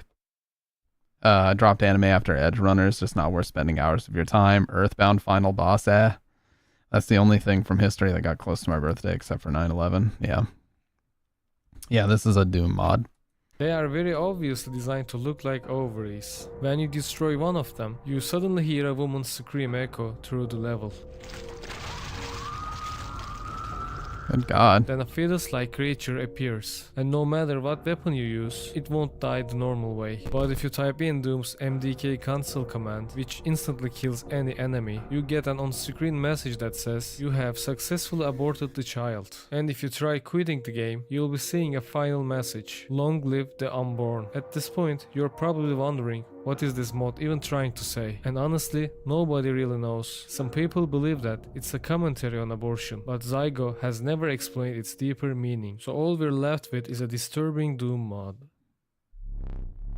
I feel like I remember this one. This game. No developer name, no credits, nothing. Just a creepy message at the start that says this game was made by a demented person, and that message might be the most truthful part of the entire experience. You start in a blood-red hallway with disturbing floating text scattered all over. And these are not just random horror phrases, they slowly reveal the mindset of the character you're playing. The messages say that your character has always fantasized about committing the crime that I can't say in this video. Not just the girls at his school, but to his own mother.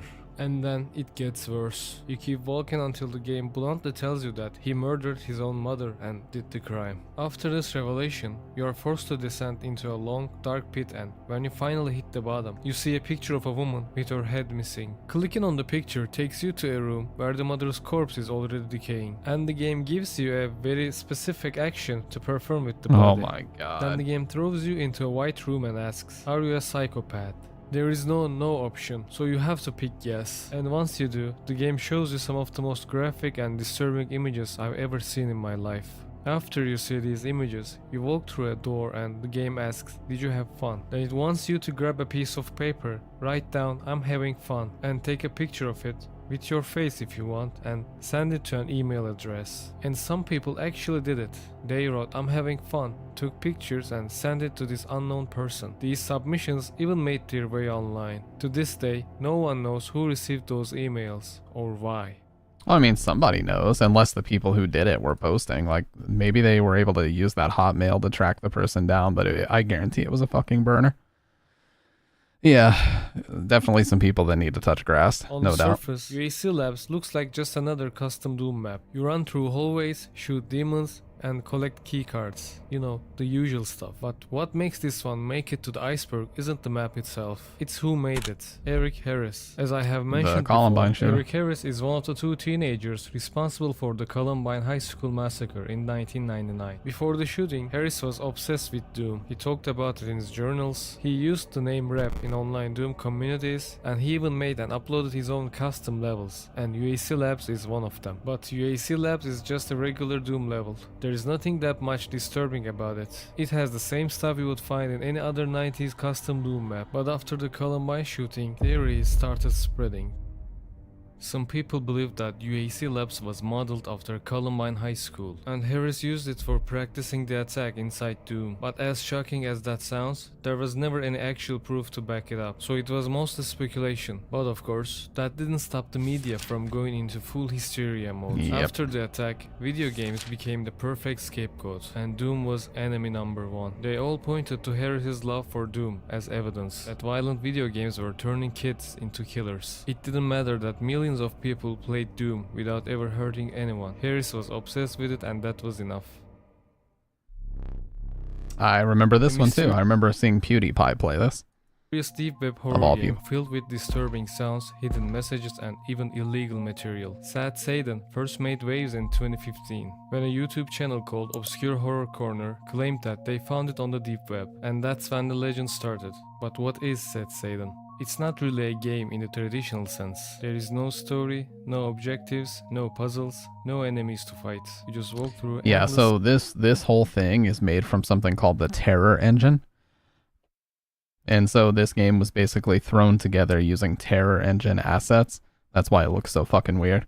But what is Sad Satan? It's not really a game in the traditional sense. There is no story, no objectives, no puzzles, no enemies to fight. You It walk is, through Dr. Red, it's endless, goated. claustrophobic hallways, completely drenched in black and white. The deeper you go, the worse it gets. You hear loud, distorted screams of children, some music playing in reverse, and even a slowed down edited speech from Hitler. And just when you think it can't get any more unsettling than this, the game hits you with full screen images of some of the most disturbing things imaginable. Not just serial killers and criminals, but real life predators and victims.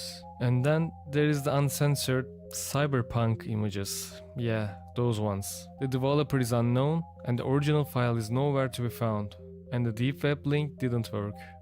In an interview with Kotaku, the channel's owner said that he misdirected people on purpose from downloading the game because of its graphic content. But that didn't stop the internet.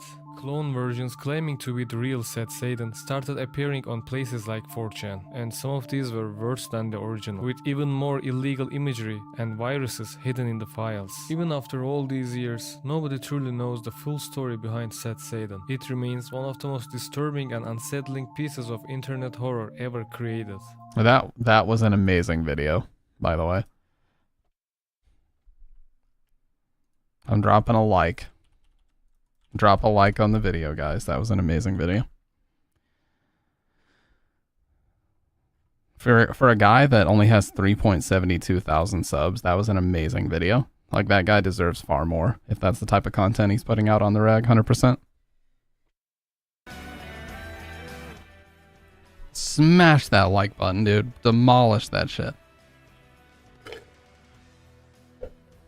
Yeah, man. I did not realize how many controversial games came out growing up.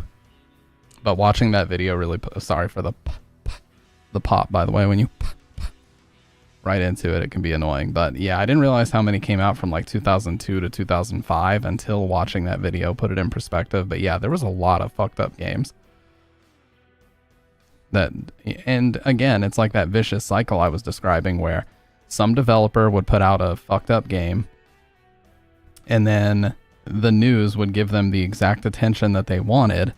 And so a lot of other developers would be like, well, shit, he got featured on the news. Why? I want to get featured on the news, because naturally, and, you know, some people just stalwartly believe that any publicity is good publicity. So they were totally willing to make an equally fucked up game just to get on the news. So it was just a vicious cycle that just fed into itself. And that's probably why so many of them came out in such a short time frame, you know? I mean, that's guaranteed to be what it is. It's not even a question, really.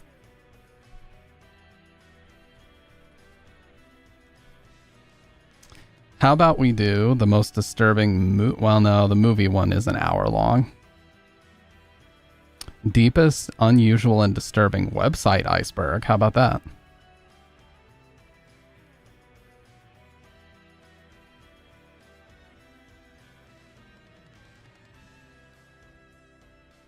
Got all day? Appreciate that, man.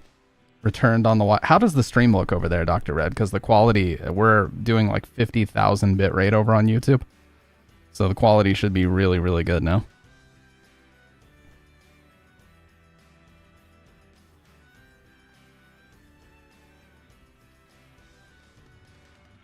I actually wanted to show the because we were talking about Cannibal Holocaust. I want to show you guys the Cannibal Holocaust section of the disturbing movie Iceberg.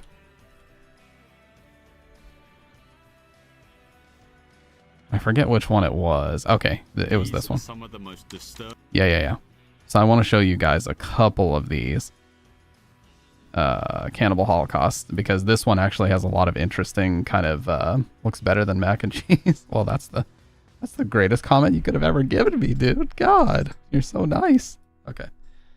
Let me pour some more coffee and we'll get into this. It'll take like 30 seconds. I apologize. I just, I love videos like this, man. They just get me fucking raring to stream, I tell you.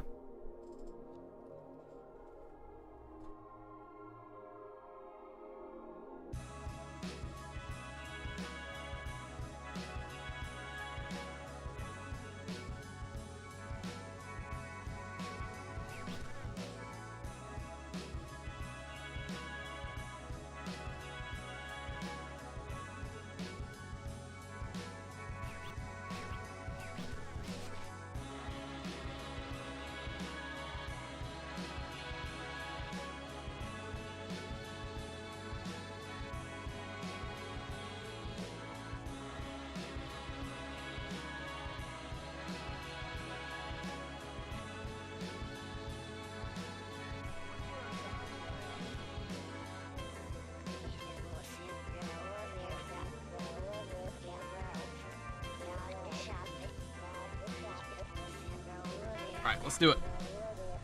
So I was watching this video in my living room the other day, and this part interested me a lot because it actually had some info about this movie I didn't know, even though I thought I knew everything. I watched this like when I was 14 or something. I was a dumbass, okay? But I did.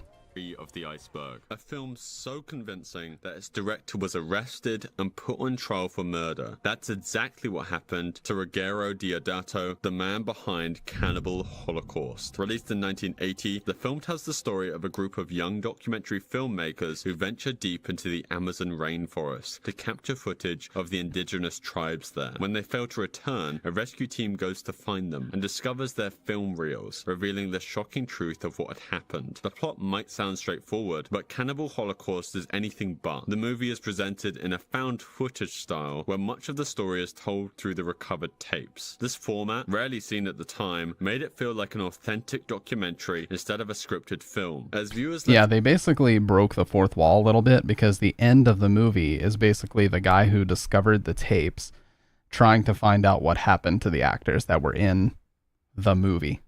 So it was a movie within a movie, and that had rarely been done at the time, and that's why this was so controversial. Theaters wondering if they had just seen actual events unfold on screen. But it wasn't just the raw style alone that fooled people, it was the extreme lengths the filmmakers went for authenticity. Deodato pushed his cast and crew to act as if they truly had vanished. To keep the illusion alive, the actors signed contracts agreeing to stay out of the public eye for an entire year after the film's release. No interviews, no public appearances, nothing. To the world, they had disappeared without a trace. The group of young filmmakers had been brutally tortured and murdered by the uncontacted and barbaric tribe. One of the most controversial aspects of Cannibal Holocaust was its use of real violence. Yes, the human deaths were staged, but the same can't be said for the animals. In multiple scenes, real animals were killed on camera, not with special effects, but with actual brutality. Perhaps the most infamous example is the scene where a giant turtle is killed by the characters in a lengthy, graphic, and disturbing scene. Crew members later admitted that filming the scene was deeply uncomfortable for everybody involved, but the director insisted it was necessary to create a sense of raw authenticity. But it wasn't just the animals, even the actors were subjected to extreme conditions for the sake of realism. In one scene, a woman's body is impaled on a wooden stake, creating one of the film's most iconic images. While it was a special effect, the setup was so convincing that it left audiences horrified. The actress had to sit on a bicycle seat hidden behind her with a piece of wood in her mouth to make it look like it was piercing coursing through her entire body. Then, the unthinkable happened. Authorities in Italy, where the film premiered, launched an investigation. The violence and cannibal holocaust looked so real that they suspected Deodato had orchestrated actual murders. The media exploded with rumors that the movie was a snuff film. The reason why I told you the detail of the actress sitting on the bicycle seat is because Deodato had to show how that stunt was done in court, as it just looked so convincing on screen to both the police and... Yeah, he literally did his job so well that he had to explain how he didn't actually kill anybody. That's the craziest part about all this. The special effects department did such a great job that they basically had to explain what happened. Otherwise, he was going to be thrown in court. Or thrown in jail, not just court. He was already in court. In hindsight, one of the most funny moments of the trial was when the director had to bring his actors into the courtroom alive and well to prove they hadn't actually been killed. After its release, over 50 countries outright banned the film, making it one of the most controversial in history. Yeah. When yeah. So, just in a nutshell, that's why. And Blair Witch actually looked to create a similar, public effect where they wanted to pretend that the actors were gone. And so they didn't do like a media tour or anything. That's the same thing they did with Blair Witch. They basically tried to stay out of the public eye and don't do any interviews. And, to basically help the ending be more convincing, to say that, oh, they're really gone and the found footage is definitely not, fabricated. That's what they did with Blair Witch, the exact same thing, essentially. Yeah, it is crazy. Cannibal Holocaust, I watched basically just off the back of the fact that I knew it was a banned movie, and I wanted to just watch anything and everything at that time, because I just had gotten access to the internet, and my parents were very strict growing up. So they should have gotten in trouble anyways for the turtle. Yeah, I hear there's a lot of contention about whether or not the turtle thing is real. Like some people say it's real, some people say it's an effect. I never have really gotten a legitimate answer about that. But yeah. This is a phenomenal video by Sirius. The only problem is it's an hour long, and some of the stuff on here I really don't want to show on stream just because it is still incredibly graphic, even though it's censored for YouTube. It has a content warning when you go to play the video, so I have to be careful because of what happened last stream, where I got my shit taken out from copyright. So apologies for that. But yeah, I think there's a lot to be said about that culture in the 2000s. Like, some might say Newgrounds had a lot of influence on that, but so Newgrounds was gaining traction. It was nobody specifically copyrighted me. YouTube auto detected me watching copyrighted material.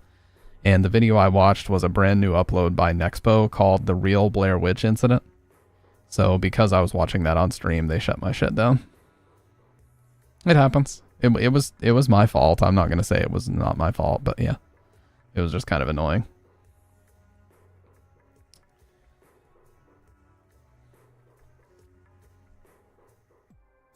Anyways, yeah, there's a lot to be said about that vicious cycle going on in the 2000s of all these weird, like, indie developers making shooter games about controversial things. Like the JFK one, I specifically remember my dad watching a news clip about it.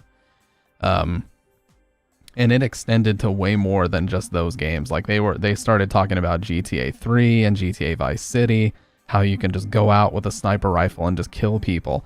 And, there was a really weird phenomenon recently too.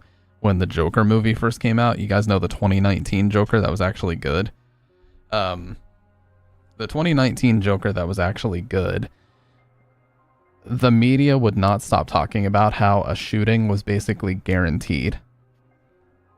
It was really fucking bizarre. Like, everywhere you looked, on news websites, on TV, everywhere you looked, they were just like, oh my god, we have to have police presence at every theater where this movie's being screened, otherwise something will happen. Good lord, man. It's like they wanted it to happen so they could get a fucking story. You know what I mean? Like, at first I was like, that's understandable given what happened in 2011. at that one Colorado movie theater, you know, when Dark Knight Rises was being screened, there was a shooting, unfortunately. I believe it was, I forget where it was exactly, but it was a movie theater in Colorado. But then they started pushing it so fucking hard that it got weird. I was like, dude, you can't go anywhere without them talking about this. It's seriously like they wanted it to happen so they could get a sensationalized story. And the only thing that ended up fucking happening was people did a cringy TikTok trend where they danced on staircases. That's it. That's literally all that happened. Like, people dressed up as the Joker with the red suit and they danced on staircases. When we went, they were frisking people before they would let him in. That's the crazy part. When we went to go watch the 2019 Joker, they had police posted everywhere and they were like frisking people before they let them in. Like, holy shit. Still waiting for me to do the dance? You're going to be waiting for a while, dude.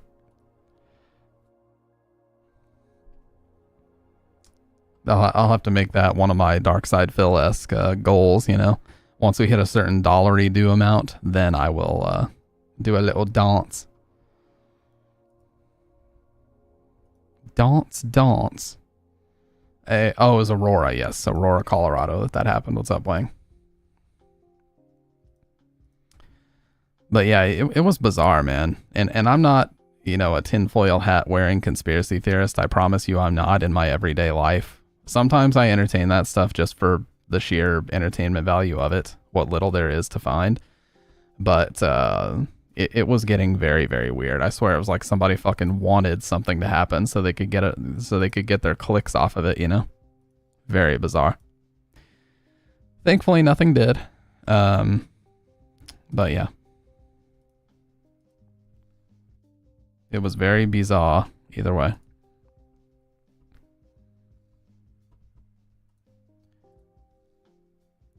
And the 2019 Joker, it's kind of funny. Like, it's the weirdest movie to make $1 billion because it's basically like if you just smash two very old movies together and, you know, put a Joker theme in it. That's what it is. There are two movies, ironically enough, both having Robert De Niro in them. There's one movie called King of Comedy, and there's another one called Taxi Driver. Yeah, there's still more videos. Taxi Driver and King of Comedy. And both of those both of those movies combined, you just put them together, and that is the entire plot of Joker. And Robert De Niro is also in Joker as, you know, Murray, as he says, Murray Frankel.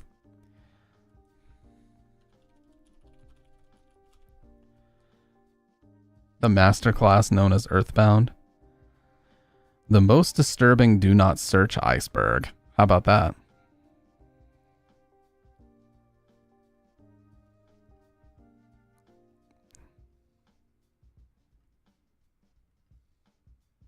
This guy Sirius has some really good ones. Actually, let's take a look at Sirius and see what's going on here.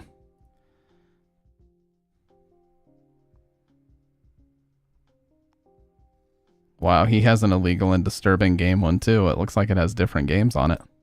30 games, 7. Does he talk about a lot of the same ones? Oh, no, he talks about like totally different ones. Oh shit.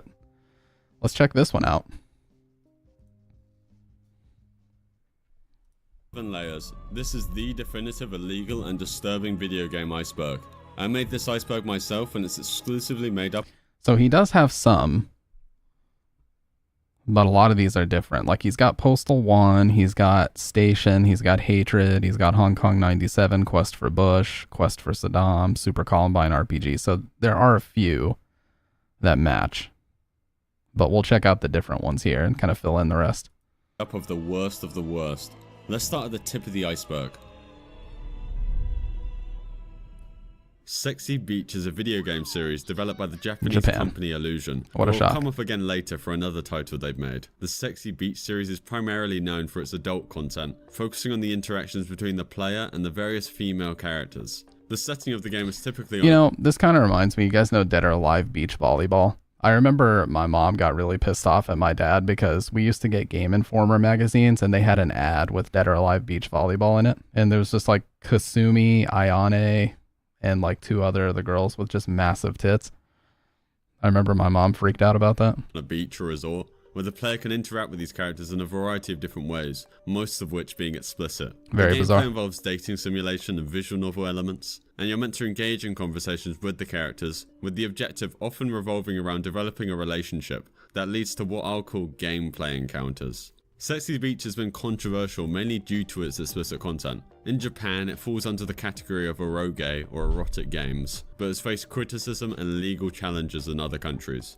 The depiction of certain activities, especially given the questionably youthful appearance of some of the characters, has made it slightly infamous. Due to its nature, Sexy Beach and its sequels have had a very limited release outside of Japan, often confined to specific adult-oriented platforms, or requiring modification or censoring Get that smut out of my house. Good God.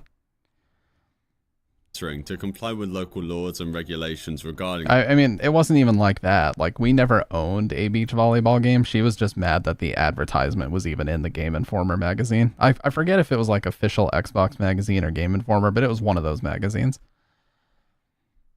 And I just remember my dad laughing at the absurdity of how huge the tits were in the first place. He's like, obviously it's fiction. There's nothing to get mad about, but she was like genuinely pissed off about it. I don't know why. Explicit content. Kawaii Killer is a mobile game that garnered attention for its unique blend of cute aesthetics and violent gameplay. Developed by It's like Happy Tree Friends. Masu Games, a small independent game studio, Kawaii Killer was released in 2014. The game features a vibrant, colourful art style, typical of kawaii culture, which is cute and Japanese, which is obviously made to appeal to extremely young children. In the game, players assume the role of a cartoonish character named Davy, who is a trapper in a forest full of cute animals.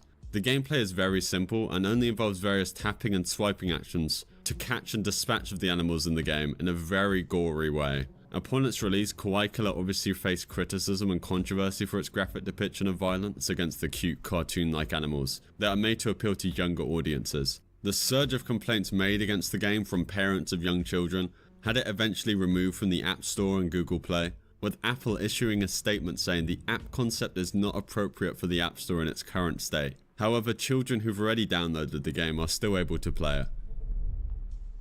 Okay, we already saw about Postal, so we'll skip this one.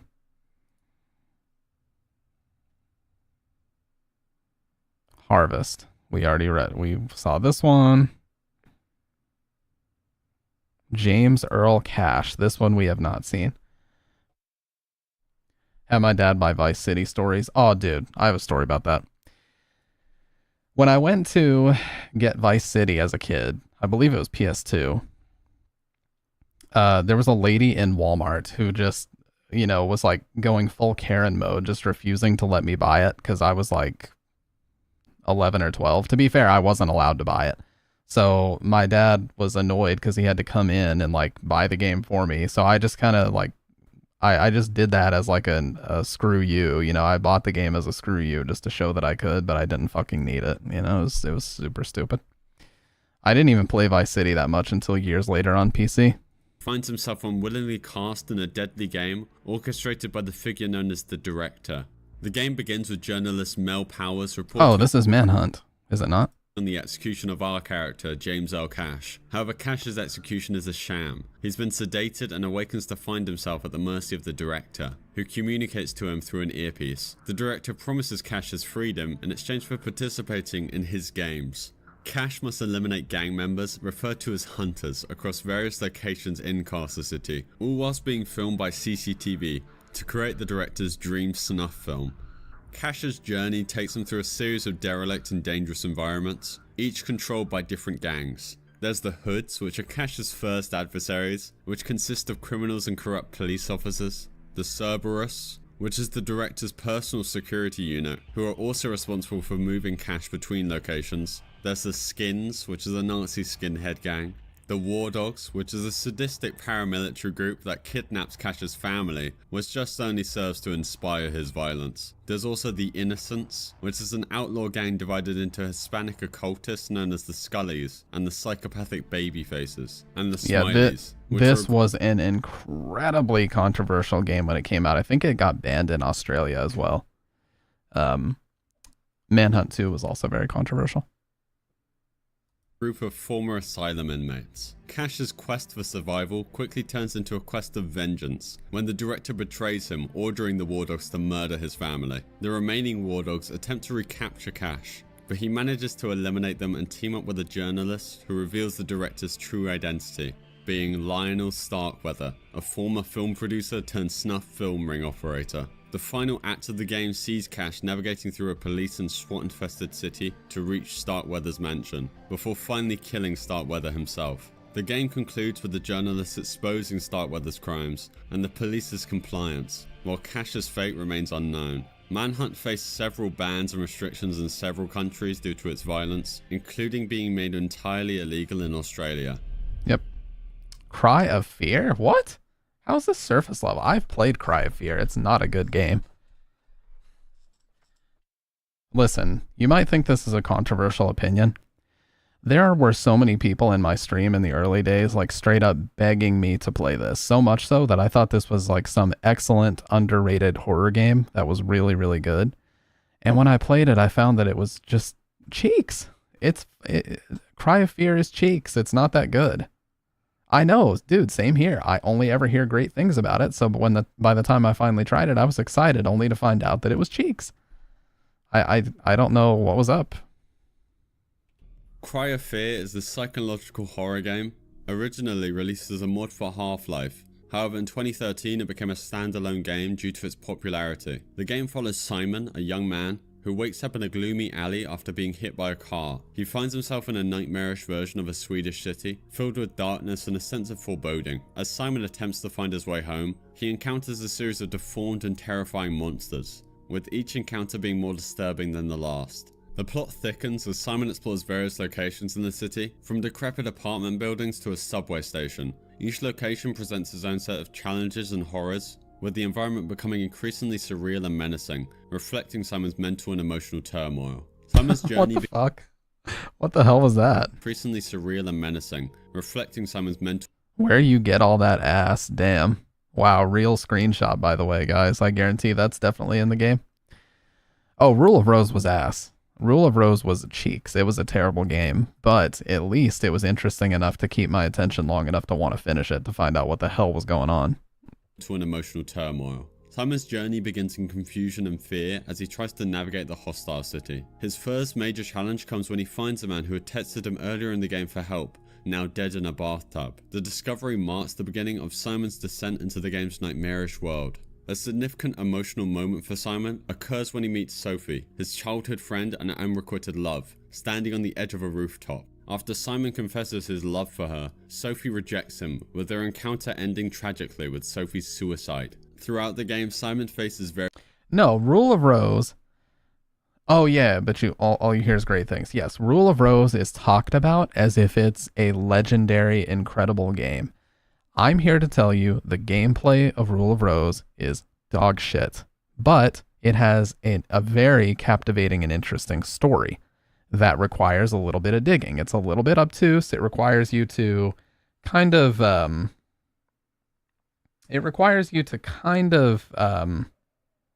dig a little bit to try to find out what's going on, you know.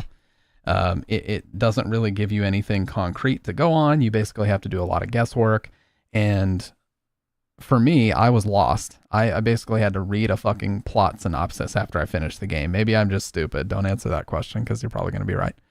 But I had to read a fucking plot synopsis just to figure out what the hell was going on when I finished the game. So not saying that's going to be the case for everybody, but it certainly was for me. But I still think that the story was interesting enough and well crafted. The music was excellent. So what's up, Dude Core? So yeah, I think Rule of Rose is much better than Cry of Fear in my opinion. Cry of Fear just annoyed me. It was just a game full of loud, annoying fucking sounds. Very, very jank mechanics. But hey, it was originally a Half-Life 1 mod, so I can't knock it too hard. It just wasn't for me. various choices, such as whether or not to confront or flee from the monster known as Carcass, and whether or not to turn over his gun to a doctor he encounters late in the game. These two decisions Not much, man. We're watching a disturbing and potentially illegal video game, Iceberg. influence the story's direction and lead to completely different endings. The game's climax is in Simon's house, where it's revealed that the entire story was a product of Simon's imagination. After his car accident, Simon is now wheelchair bound and depressed, and was advised by his therapist to write about his feelings. The horrifying journey and monsters represent Simon's inner battles and trauma, with the monster carcass that seemed to be constantly following Simon, representing his declining mental state, and the doctor who you could turn your gun over to, representing Simon's therapist. Cry of Fear features multiple endings, each dependent on the player's choices throughout the game. If the monster carcass wasn't killed, and Simon didn't give his gun to the doctor, in this ending Simon succumbs to his darkest thoughts, and feeling utterly hopeless and trapped in his own mind, he kills Sophie and his therapist, which is also followed by Simon taking his own life. His suicide note expresses his deep resentment, and a desire for his Music was great. The 3 songs on repeat. You're not wrong. body to haunt all those who find him. If Carcass again wasn't killed, and Simon does give the gun to the doctor, this ending sees Simon's unresolved feelings for Sophie leading him down a dark path. After killing Sophie, he commits suicide, and his suicide note reveals his twisted reasoning, as he believes he can now possess her forever, as he never got over his rejection. If Carcass was killed, and Simon didn't give the gun to the doctor, Simon directs his anger and blame towards his therapist, whom he kills before killing himself. In this ending, his suicide note suggests that he believes his therapist's methods worsened his condition. He also expresses a wish that Sophie never learns of his actions. And if Carcass was killed and Simon did give the gun to the doctor, the ending presents a dramatic confrontation between Simon and his fictionalized book self. The real Simon, experiencing a mental breakdown, believes he's killing his imaginary counterpart. However, in reality, he fatally shoots 2 police officers. Simon is then admitted to a mental hospital under the care of his therapist, which is somehow probably the most hopeful out of these endings. Yeah, if there is such a thing. We're now moving on to level. I have heard about this game. I believe this was actually in the original Atari porn video that AVGN made, which was one of the first videos I ever remembered getting removed off of YouTube because it was so controversial. Emo writing, so underdone. 2 of the or iceberg. overdone. Custer's Revenge was released in 1982 by Mystique for the Atari 2600 and is often called one of the worst games ever made. The game features a character modeled after General George Armstrong Custer, who fought in several wars against Native Americans, and the game's objective is really simple. The player controls a pixelated Custer, depicted with an exaggerated pencil, as he attempts to cross a field under arrow attack to reach a naked Native American woman tied to a pole. Once you reach the pole, you mash the action button as fast as you can. The better you mash, the more points you earn, with the game restarting after getting 50 points. I'm not going to explain what mashing the action button does, as I'm sure you can use your imagination. The game is simple and repetitive, and was part of a series of adult-themed games released by the company, which sought to exploit the video game industry for sensationalized adult content. The development of Custer's Revenge did not involve any significant or technological gameplay innovations. Instead, it relied solely on its shocking content to generate sales and publicity. As Custer's Revenge faced legal challenges, protests, and calls for its ban, though the game's designer, Joel Miller, said Custer was seducing the maiden and that she was a willing participant. Stuart Keston, president of America Multiple Industries, the company who published the game, stated, like, there's so little gameplay here that it just looks like what he's showing is on a fucking loop. There's no game. You just move left and right and press a button. It's a complete waste of fucking time. Why even make it into a game? Our objective is not to arouse, our objective is to entertain. When people play our games, we want them smiling and we want them laughing. Released on October 20- Okay, we already watched Hatred. And how Gabe Newell himself put it back on the Steam Greenlight list. Console manufacturers prohibit adult-only rated games on their platforms.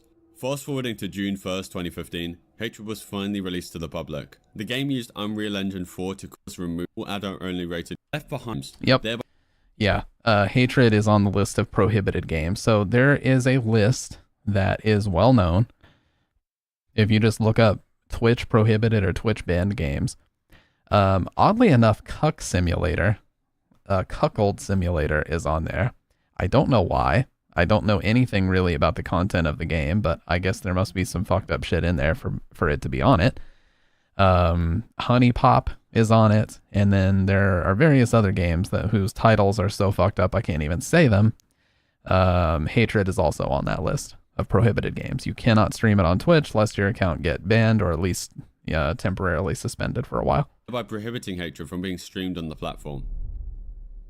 Left Behind Eternal Forces is a real-time strategy game developed by Left Behind Games in 2006. It's based on the popular Left Behind series of Christian apocalyptic fiction by Chris LaHaye and Jerry B. Jenkins. The game combines religious themes with strategy gameplay, and it's set in the post-apocalyptic world following the biblical event of the Rapture. In Left Behind Eternal Forces, players find themselves in a post-Rapture New York City. According to the game's narrative inspired by Christian beliefs, the Rapture is taken... I think XQC played that before it was on the banned game list, but yeah.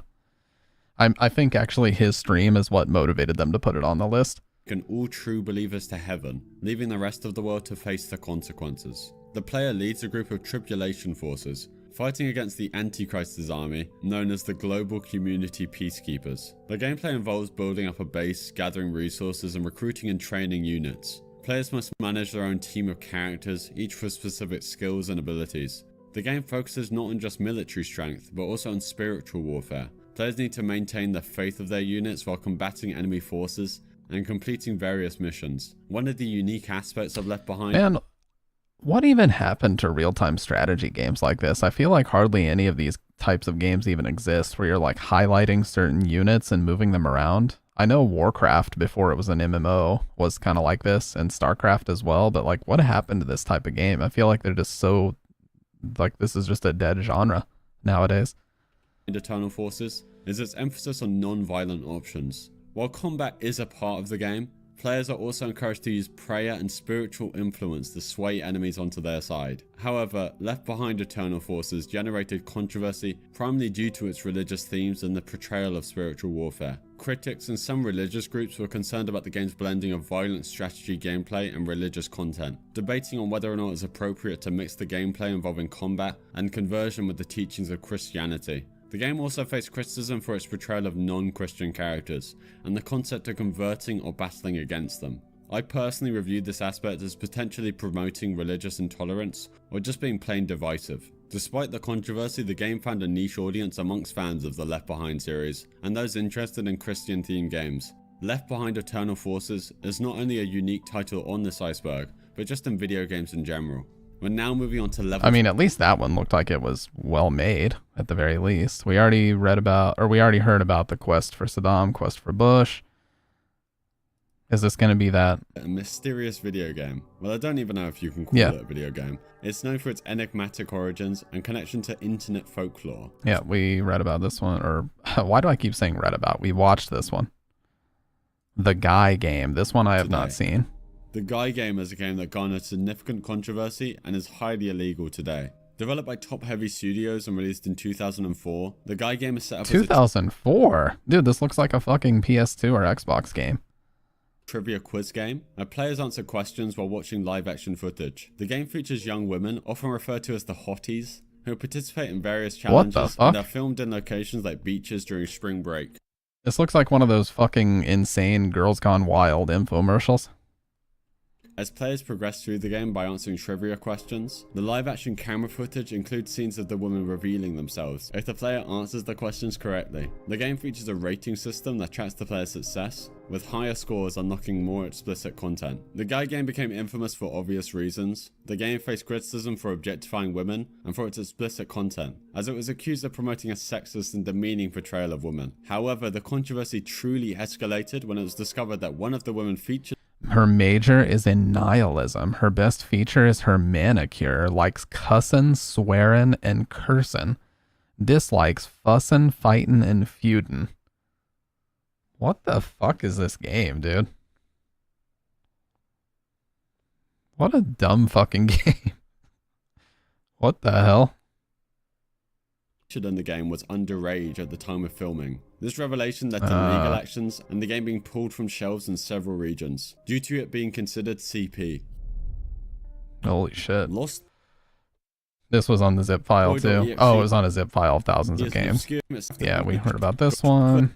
Now moving on to level 4. Okay. Super Columbine Massacre RPG. Okay, we heard about this one too.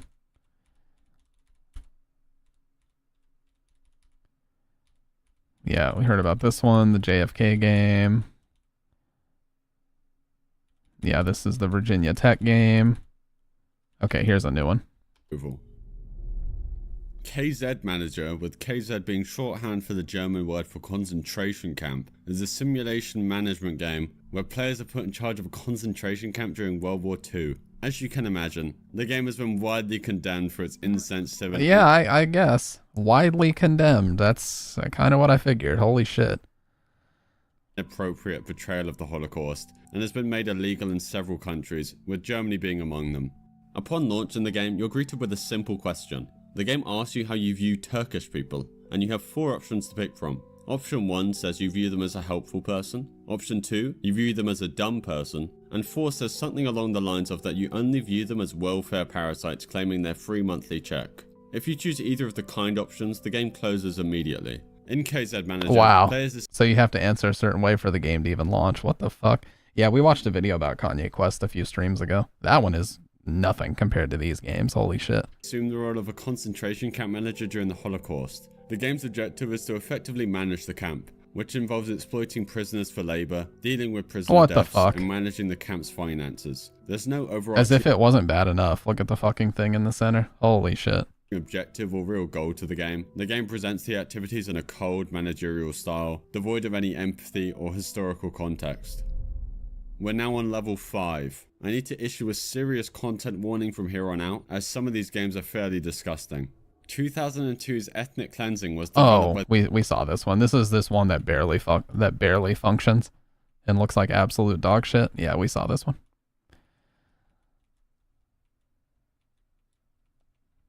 Yep. We saw Euphoria in the other video. So there's quite a bit of crossover. Yeah, we saw 177.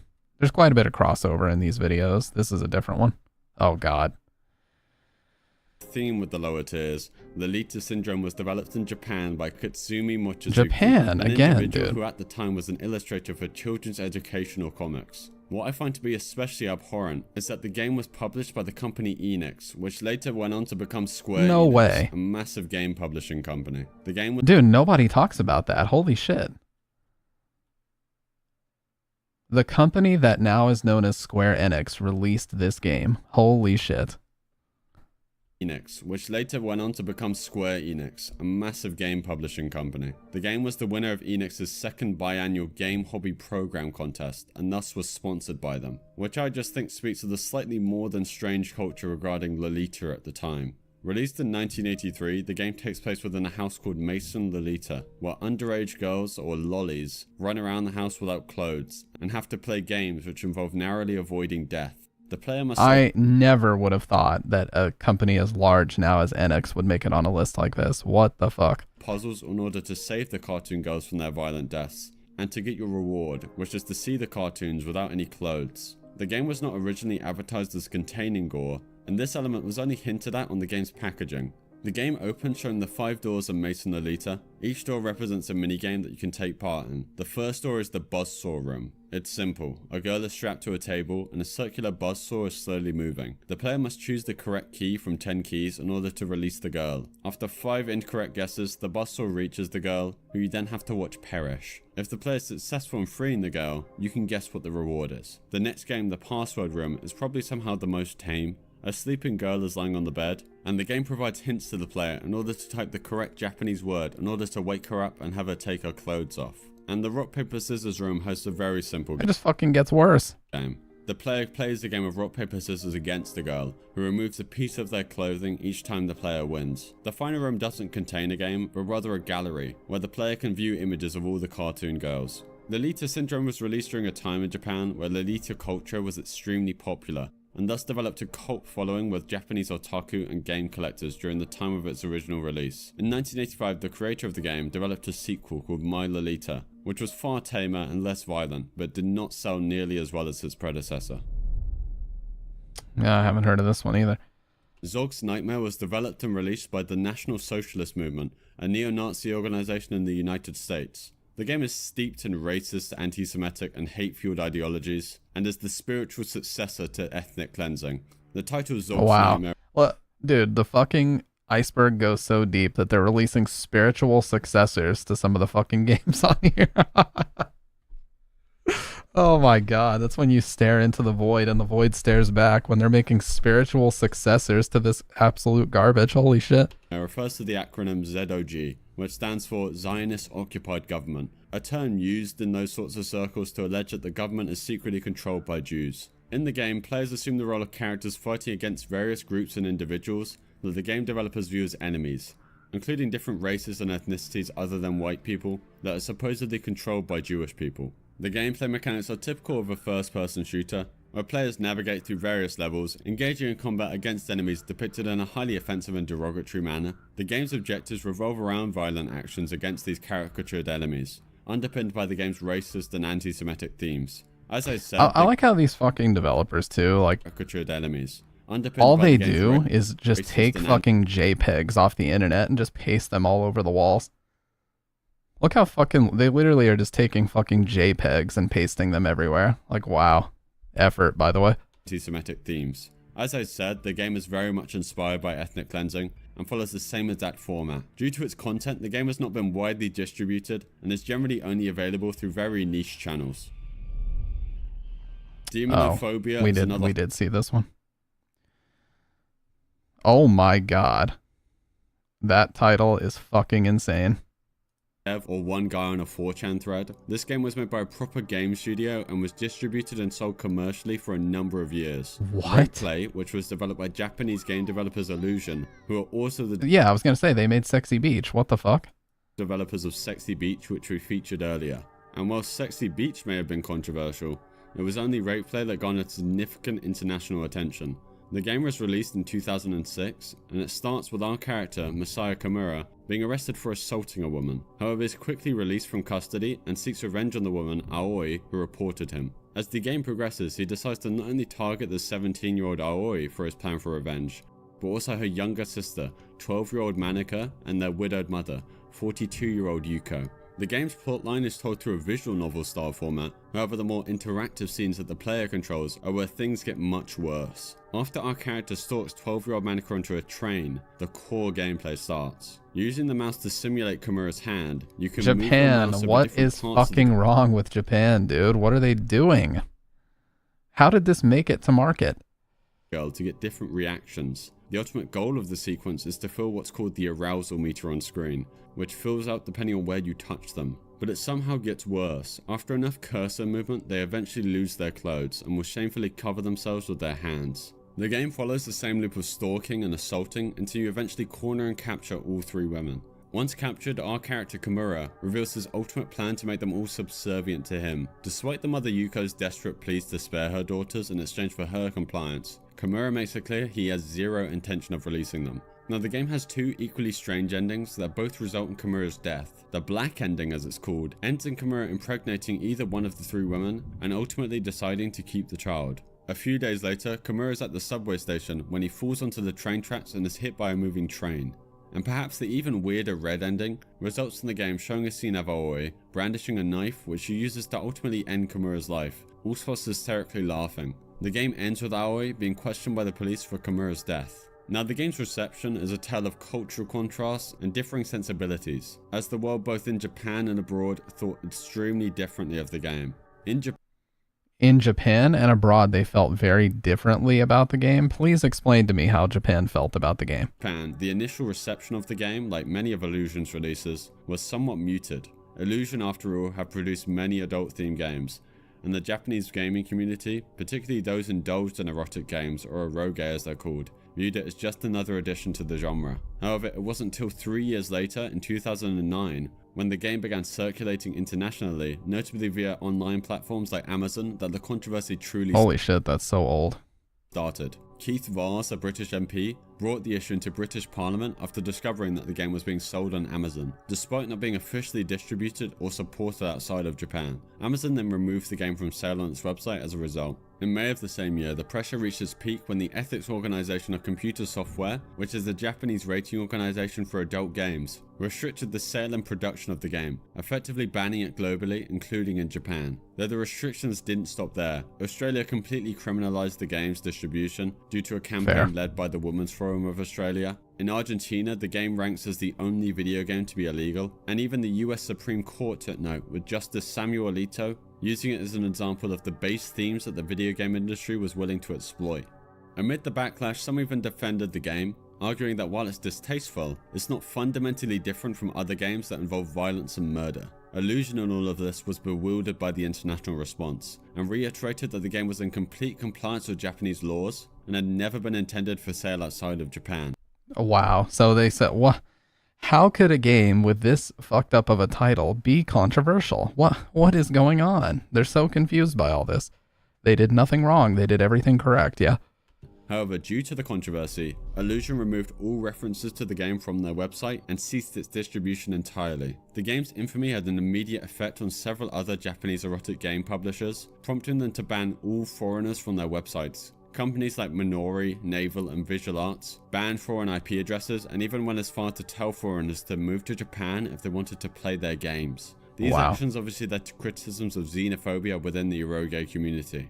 Despite all the controversy, Illusion continues to produce adult-themed games. Notable titles like the creatively named Honey Select and VR Kanojo emerged, leveraging enhancements in VR. Fortunately, these games are slightly more legal in their themes. But the key question is, did the game tarnish Illusion's reputation irreparably? Nope. Well, the game did attract widespread condemnation, especially internationally. Within the adult gaming niche, Illusion still remains a recognized name. Good God, man. It's like even the title is just jumping the shark and just fucking taking the extremity up to 10. It's like, how could you even be shocked by that? That's so insane to me. I mean, you can cite cultural differences all you want, but it's like, what the fuck, man? School is a Japanese video game known for its extreme... Oh, we saw this one. The Splatterhouse copy. Okay, I think we've seen all the rest now. Sad Satan. The Doom mod made by Eric. Which ended up being one of the worst shootings in modern American history. Obviously the... Yeah. So that's where he ends it. Okay. So we've seen all of them now, combined between both videos. Holy shit, man. Never ask a man his salary, never ask a woman her age, never ask Sirius where he gets his gameplay footage. True. Oh my God, man. To make the story even darker, the actor of the protagonist in Harvester was convicted for possessing... served time and had to register as a sex offender. In his sex offender photo, no bullshit and dead serious, he's wearing that same exact flannel he wears in the game. What the fuck?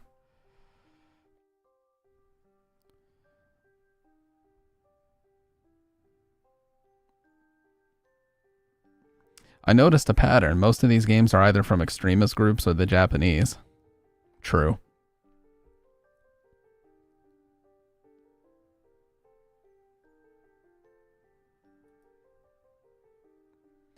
Oh, so here's the story about the 100,000 prize. Okay. Here's a comment from Choco Mint Queen. I'll show it so you guys can see the whole comment. I actually played JFK Reloaded a lot as a teen. I know. One thing you left out is that the first month or so of its existence, they had a high score contest running where you could win 100 grand with your score based on how closely you replicated the Warren Commission's findings, where 1,000 points meant it was exactly as they said. The winner was a 16-year-old French boy who I believe scored in the high 960s literally the last day of the competition. Unfortunately for him, the game sold extremely poorly and they literally did not have 100 grand to give him. In the end, he received $10,000 instead. The company almost went on to create Princess Diana Reloaded, but after the Massachusetts House of Representatives presented them with an official condemnation for JFK Reloaded, they bailed on the idea. So they couldn't even pay the dude the 100 grand he was owed. How fucked up. On top of making the game, they also scammed people. I mean, 10,000 for that shit is still kind of crazy, but... Future, are you around to answer for... Hey, well, to be fair, Future's not a native Japanese person, but... Yeah, it's crazy, man, to think that a game with that fucking title, a title so bad I can't even say it. I literally can't even say it. That they were bewildered by the reaction. And just their only solution was to just ban foreigners from even accessing their website. It's like, what in the fuck is going on there, man? Seriously, what in the shit is going on? I mean, at the very least, they removed all mention of it, so clearly they're not, like, proud of it. or anything. They removed all mention of it, and like they don't even show it in their, from what he said, they've deleted it from even their portfolios and their catalogs and everything. They essentially deleted all evidence that it ever existed, you know, as much as they possibly could. But, you know, they're still around making VR games to this day.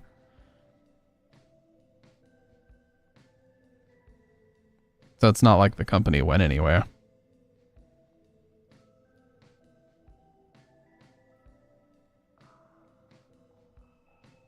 I don't know, man. A lot of crazy shit out there.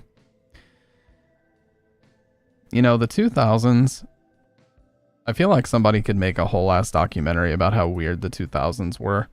Like with the internet just becoming, the internet was kind of coming into its own, but a lot of people don't realize how Wild West the internet really was before social media took off. Before people were heavily concentrated on websites like MySpace and Facebook, the internet was like this weird fragmented thing where everybody just kind of hung out in their own online forums and didn't really, you know, cross-pollinate with each other at all. It was like you would go to your niche forum about wrestling, or you would go to your niche forum about hardcore music or whatever it happened to be, and you just talk to like the same group of maybe 50 or less people all the time. But you know what's hilarious is that the more things change, the more they stay the same. The most disturbing channels on YouTube. You already know we got to watch this one. Also by Sirius. But the thing is, the more things change, the more they stay the same. Because nowadays, the exact same thing happens just in Discord servers. So, oh, by the way, Discord is getting ready to go public, which means that we're definitely in for some fucked up changes to Discord. So much so that people are already considering jumping ship.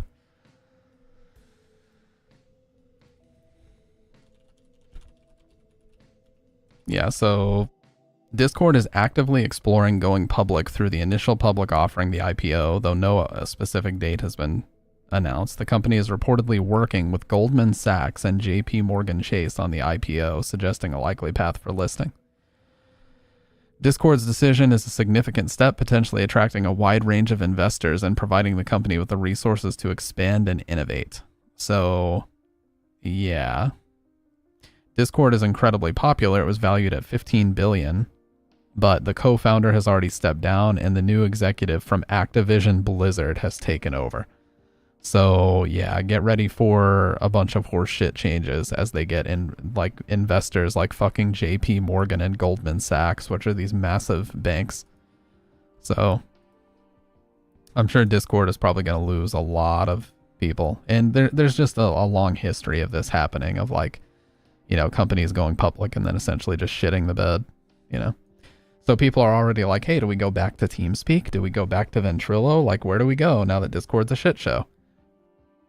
Yeah, exactly. Like, we all know, we can all see the writing on the wall that this is a terrible fucking idea, yet they're just gung-ho to go public for some reason. I don't know what it is, man.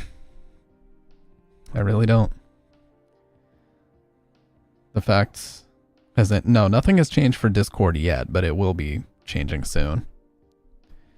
Well, it wasn't necessarily Square. So here's what happened really quick, Dr. Red. Enix and Square were two different companies. So Square Enix was originally Squaresoft. And Squaresoft obviously released all the original Final Fantasy games. And in 2001, they decided to make a movie called Final Fantasy: The Spirits Within. And this movie used like cutting edge technology, and it cost them a fortune to make it. It flopped. So because it flopped, Hironobu Sakaguchi, the founder of Squaresoft, decided to leave. Now he took his money with him, of course. So Squaresoft, what was left after he left the company, because he was the CEO and he took all of his money with him, they were forced to merge with Enix so that they could continue to operate as a company. So that's how they became Square Enix, is Squaresoft and Enix had to merge so that they could continue to operate because they didn't have enough money. Yeah, that movie had nothing to, like, it looked amazing, but it had nothing to do with Final Fantasy. And hilariously, not Masahiro Ito, Takeyoshi Sato, the main animator of Silent Hill 2, when he was being interviewed, he basically cooked that movie and said that the characters had no humanity, and he felt like the characters they created for Silent Hill 2 looked far more human than the characters in Final Fantasy. It's hilarious to think about how old that controversy is, but yeah. All right, let's watch most disturbing channels on YouTube, also by our boy Sirius. And I've decided to become a good react channel. So every time I watch a video, if it's good, I'll drop a like and then link you guys so we can also drop the likes. I know I'm not very much as far as like influence, but I feel like that's the right thing to do because I don't want to, even if it's just a handful of views, I don't want to steal, you know, views from people. So be sure you at least click on the video and drop them a like after we watch it. It's just the right thing to do. This is the head of Mike Moan, a federal employee of 20 years, and my father. These are some of the words spoken by Justin Moan in a YouTube video that would be used to convict him of desecrating and taking the life of his own father. These are some of the darkest and most disturbing rabbit holes I could find on YouTube. As with most of my videos so far, viewer discretion is highly advised. Wait, I think we saw this one. I'm pretty sure we saw this one, but the rest I don't know about. This one I don't know about. I could find on YouTube. As with most of my videos so far, viewer discretion is highly advised. Justin Moan was born and raised in Levittown, just outside of Philadelphia. Growing up, he was known in his neighborhood as a jovial and engaging young man. Graduating from high school in 2010, he was voted as class clown, and he actively participated in sports, playing football mainly. His academic performance was also quite strong. He was an honor roll student, and those around him remember him as fun and pleasant to be around, which is all very strange to hear considering where he would end up. In 2014, Justin graduated from Penn State University with a bachelor's degree in agribusiness management. It's reported that during this time, there were notable changes in his behavior and outlook on life. His neighbors and childhood friends. If I hear any rumors of girls claiming they slept with me in college who I did not sleep with, I will sue you. I am not your fraudulent claim to fame. The fuck? Record a distinct shift in his personality post-high school, which only got worse during college. When he finished his degree, Justin moved to Colorado Springs in 2016, where he shared a house with a roommate named Davis. According to Davis, Justin exhibited increasingly erratic behavior, including damaging their apartment severely during what he claimed was a blackout induced by some sort of undiagnosed mental illness. This incident led Davis to move out and report Justin to the property manager. During his time in Colorado, Justin began to express paranoid beliefs about the government being out to get him. His social interactions dwindled, with very few visitors except from his father, Michael Moan, a retired civil engineer who had served in the Army Corps of Engineers. On social media, and through his various online activities, Justin had crafted quite an elaborate persona. He described himself as a musician, a producer, and author of 7 books, and notably as the commander of America's national network of militias, and even the acting president of the United States. Wow, quite the resume there. Wow, no ego here, the second Messiah. Yeah, I'm detecting zero ego on this guy. Even extended to considering himself the Messiah. Justin did actually author several books that can help us better understand what he actually believed in. His books range from what can be considered political manifestos to dark apocalyptic fiction. The first book I saw, The Revolution Leader's Survival Guide, How Schools, Workplaces, and Social Norms Kill the Genius Inside Us All, acts as a sort of manifesto, and it was released in 2017. Moan criticizes the education system. It's pretty recent, damn. And societal norms in general, which he believes all stifle an individual's creativity. He includes a letter he claims to have sent to the then President Donald Trump, warning of a peaceful revolution he would lead if positive changes weren't made in the US. He argues that the world is at a tipping point, potentially facing a bright future of global peace and space exploration. Oh no, you're right, Dr. Red. Yeah, like he clearly is using that as a cover-up for something way deeper going on. You don't just I mean, it's possible. Like I believe it might be possible with like a combination of very severe mental illnesses to not only sleepwalk or black out, but also commit violent acts while you're blacked out or sleepwalking. But to just say that you blacked out and try to use that as some type of excuse is obviously not valid. Like go fucking get diagnosed at that point. Holy shit. A dark age, filled with war and depopulation. Moan also discusses his negative experiences in school, his problems with student loans, and his difficulties in finding a steady job, which forced him to move back in with his parents. In one of his last released writings, America's Coming Bloody Revolution, Justin argues that a violent revolution is inevitable and necessary to address what he sees as widespread betrayal within American society. He goes as far to suggest that most people born before 1991 should be eliminated entirely for being traitors, as he calls it, and even talks about the necessity of eliminating his own family members as part of said revolution. On the music side of things, Justin also released 4 separate albums, and they are very interesting to say the least.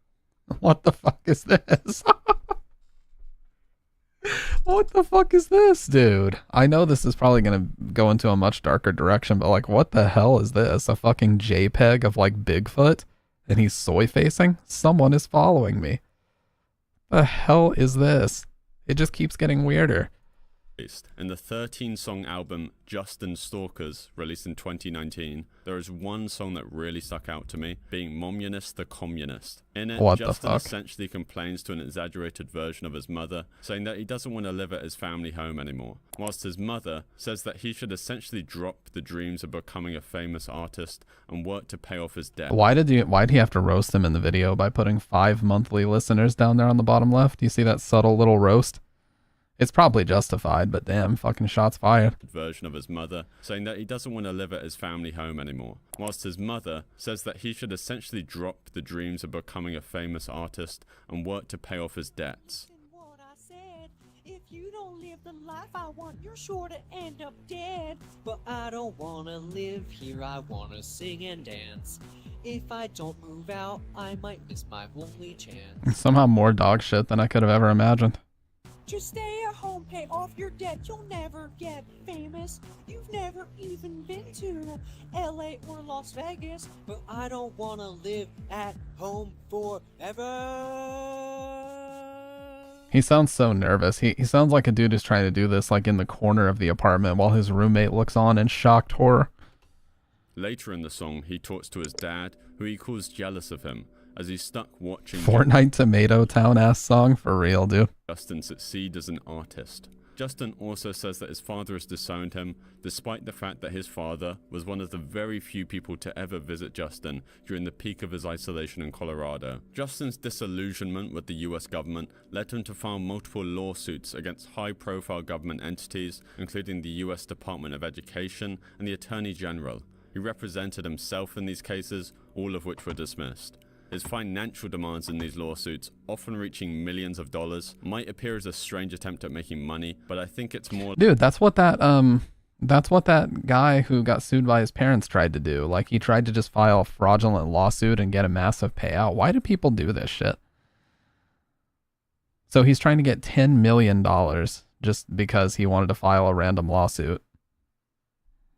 More likely that Justin was just really losing touch with reality. Justin's only recovered YouTube video was a manifesto. On January 30th, 2024, he posted a 14-minute long video that began with him showing the head of his father wrapped in a plastic bag. Justin then spends the remainder of the video reading out a manifesto that he wrote. He accuses his father of treachery against the United States, using him as a sort of symbol of the federal government, which he claims is at war with its citizens. He says that his father will be sent to the deepest pits of hell, because that's specifically where traitors of friends and loved ones are punished, which is completely insane considering the circumstances. Justin's delivery in the video is eerily calm and systematic, as it seems like he's rehearsed reading the script multiple times, or perhaps it took him several takes of recording the video. The main point of the video itself was to call upon ex-military and National Guard members to join his cause, and to threaten anyone who opposes him or misrepresents his message, styling himself as some sort of revolutionary leader,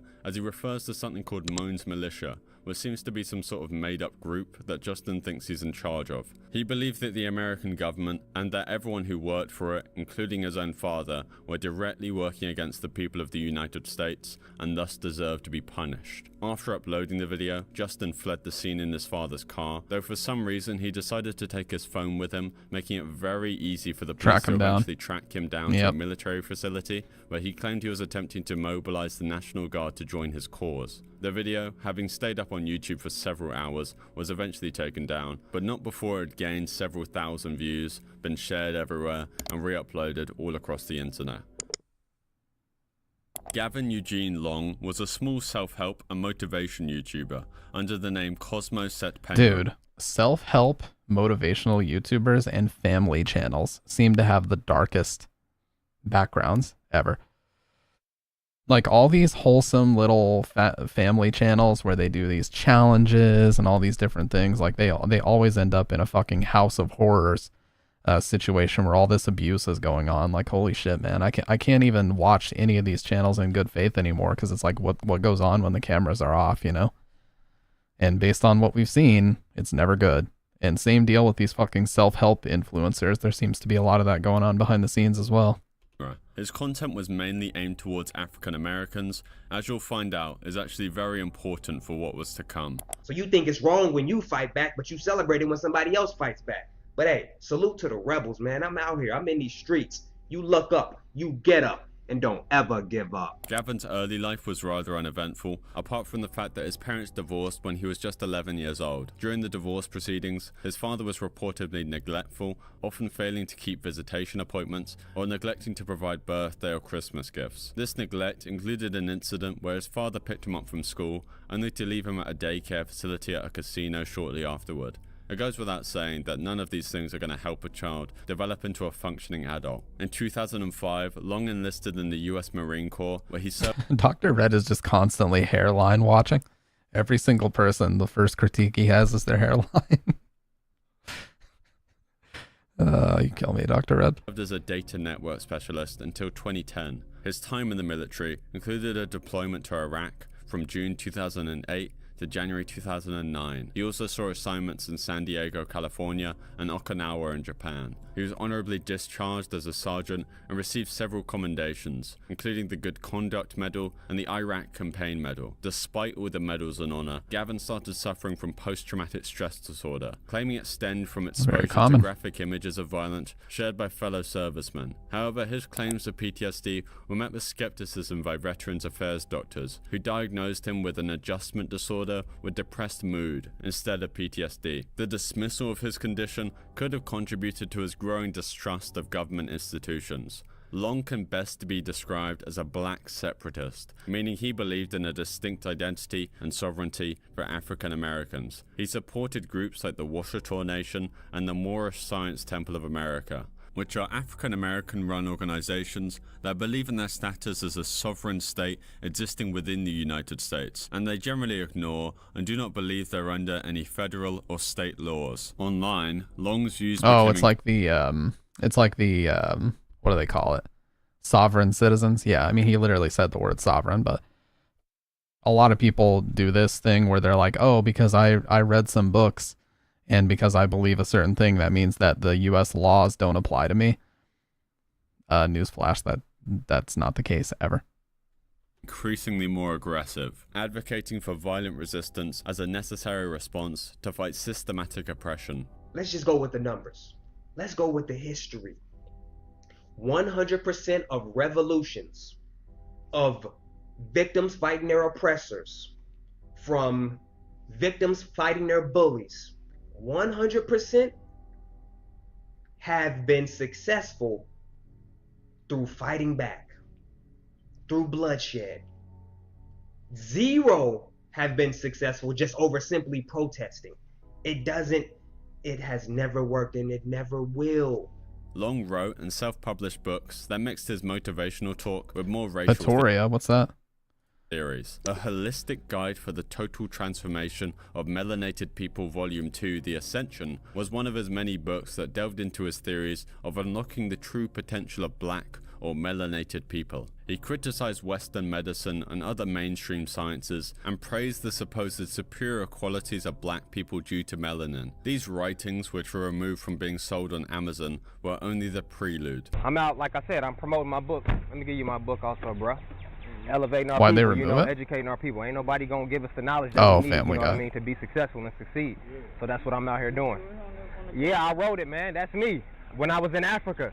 On July 16, 2016, Gavin Long carried out an attack in Baton Rouge, Louisiana, targeting police officers, resulting in the lost lives of Brad Garafola, Matthew Gerald, and Montrell Jackson. Nicholas Tullier, another officer injured in the attack, would succumb to his injuries a whole 6 years later in 2022. Gavin also managed to wound 3 others before his attack was ended by a SWAT officer. Long was likely very much inspired by the Dallas sniper attacks, which was a similar and even deadlier attack targeting police officers, resulting in 6 deaths. Before the Baton Rouge shooting, Long Oh, sent see, up- I don't know Family Guy like that.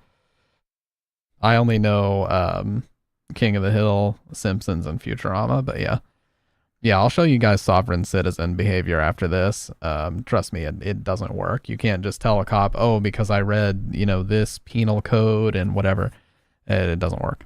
what he And never described will. as a manifesto, explaining his reasons for the upcoming violence. He believed that an aggressive action was needed to bring about change in the police force. Long obviously saw himself as some sort of beacon of hope for black people, as shown by the many YouTube videos that he made for his people. On his YouTube channel today, you can see now that his comment section is filled with people praising his actions and thanking him for his brave sacrifice.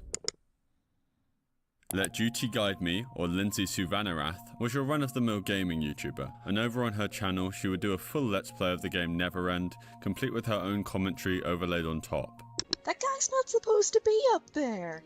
Oh my god, this is really old school YouTube. Holy shit. Trinkets? What's up, Mel? He's supposed to be from the well, if you remember. And that bucket is definitely not supposed to be bouncing off the roof of that well. While this all might seem very typical and normal, as perhaps you listening had or still have a gaming channel. Oh, yeah. You can hear this is when she approaches him in the museum. He's used Clawfinger and other stuff. I use SteelSeries sonar with Shure MVX2U and Shure SM7B, and I use their 10-band EQ. Oh, are you asking me if you can? Or were you just asking a general question about the SM7B? What's up, Haiku Goat? I'm assuming you're also Kemmel from YouTube.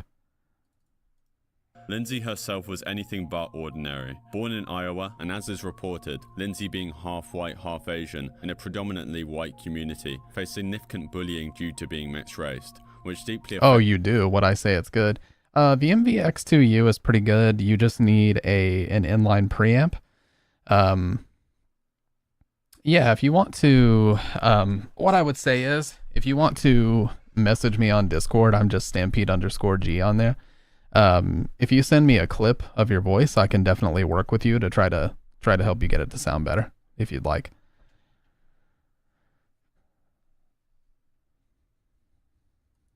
Her self-esteem and social interactions, which would likely play a role into what was to come later. Though do take this information with a grain of salt, as my source for this is Lindsay's own parents, who also said that she wasn't capable of violence. Either way, bullied or not, Lindsay was completely friendless and lonely. In school, Lindsay excelled academically. Oh, type what in chat? My Discord handle?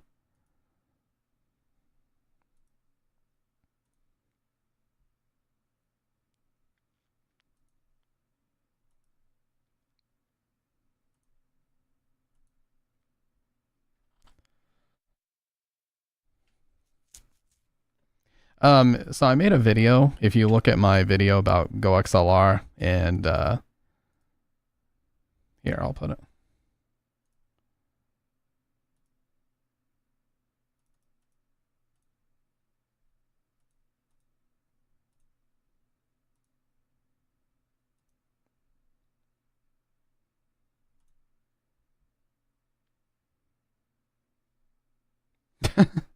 No. I'm just posting it.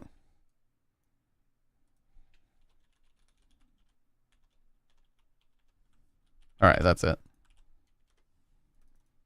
You can add me there, and we can talk later on.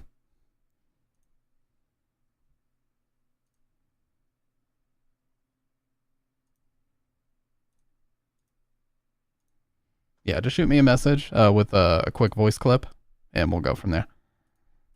Academically, but her achievements further alienated her from her peers. The academic success, combined with her estrangement from her fellow students, made her a very frequent target for bullies. Though as the internet became a more important part of daily life, Lindsay turned to online communities for escape and the validation she so badly needed. By the age of 14, she was an active moderator on the website Twilight Sucks, under the pseudonym Blonde Guardian. Her involvement with the site was eventually stopped due to what we'll call ideological conflicts, particularly because she supported the views of a certain Austrian wartime leader that led Germany in the 1940s. That's a little questionable.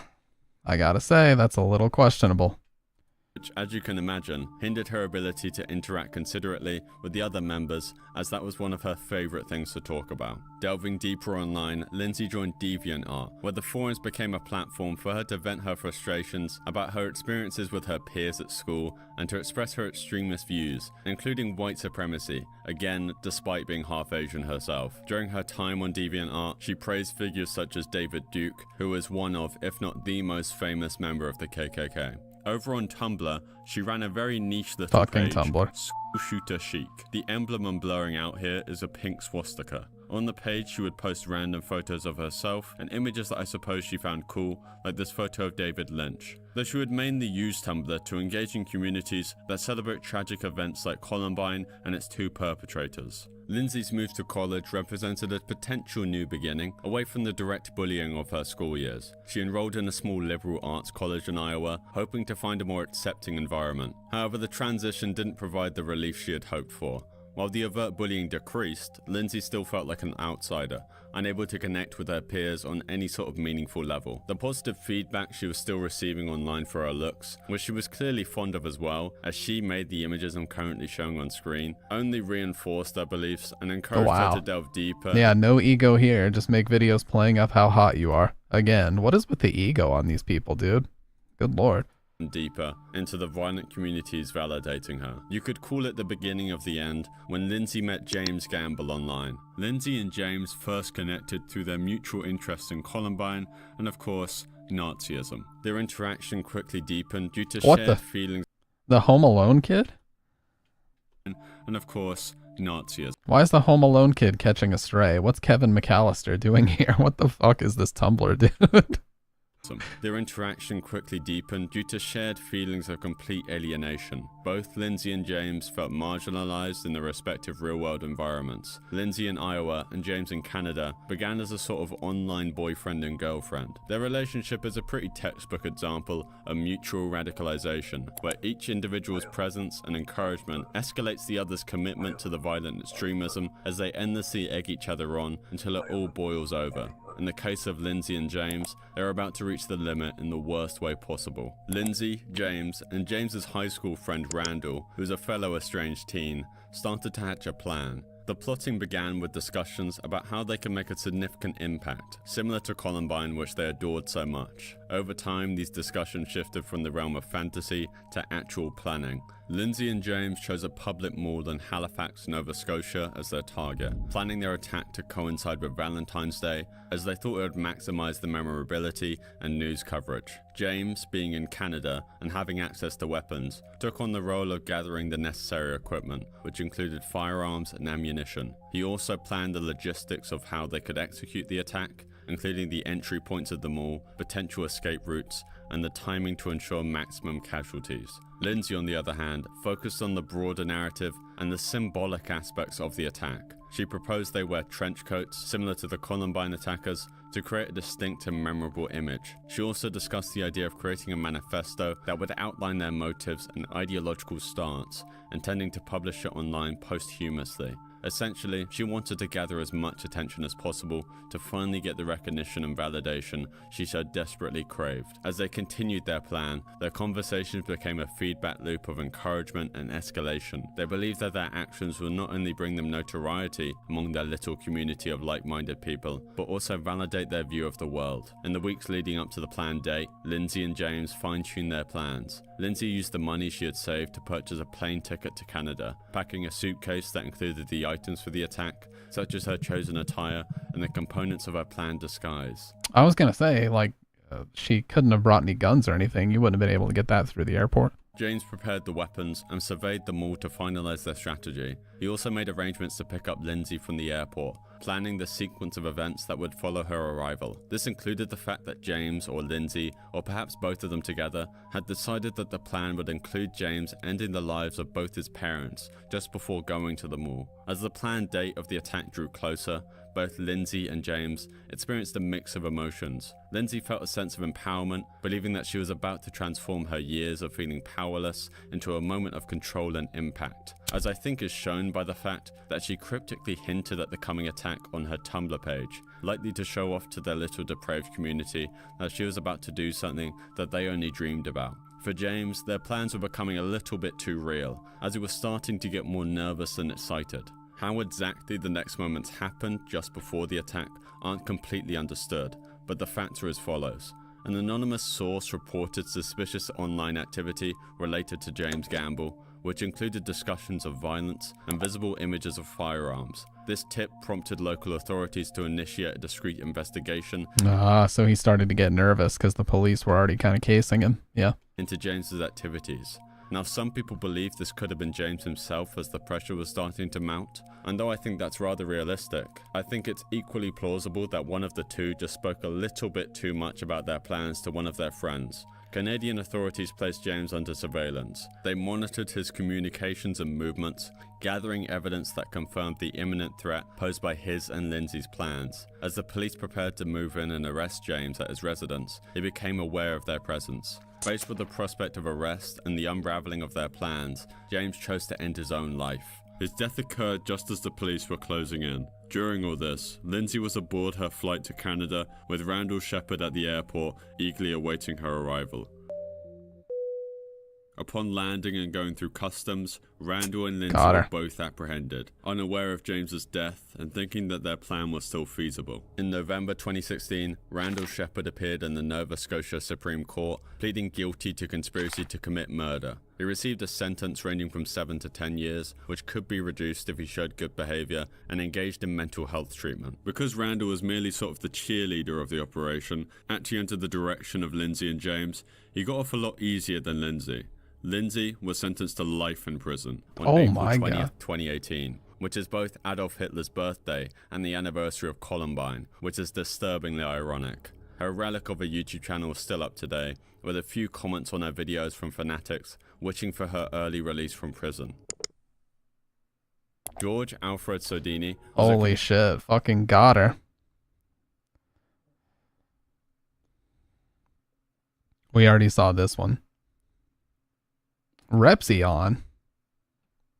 What's he doing on here? For a while.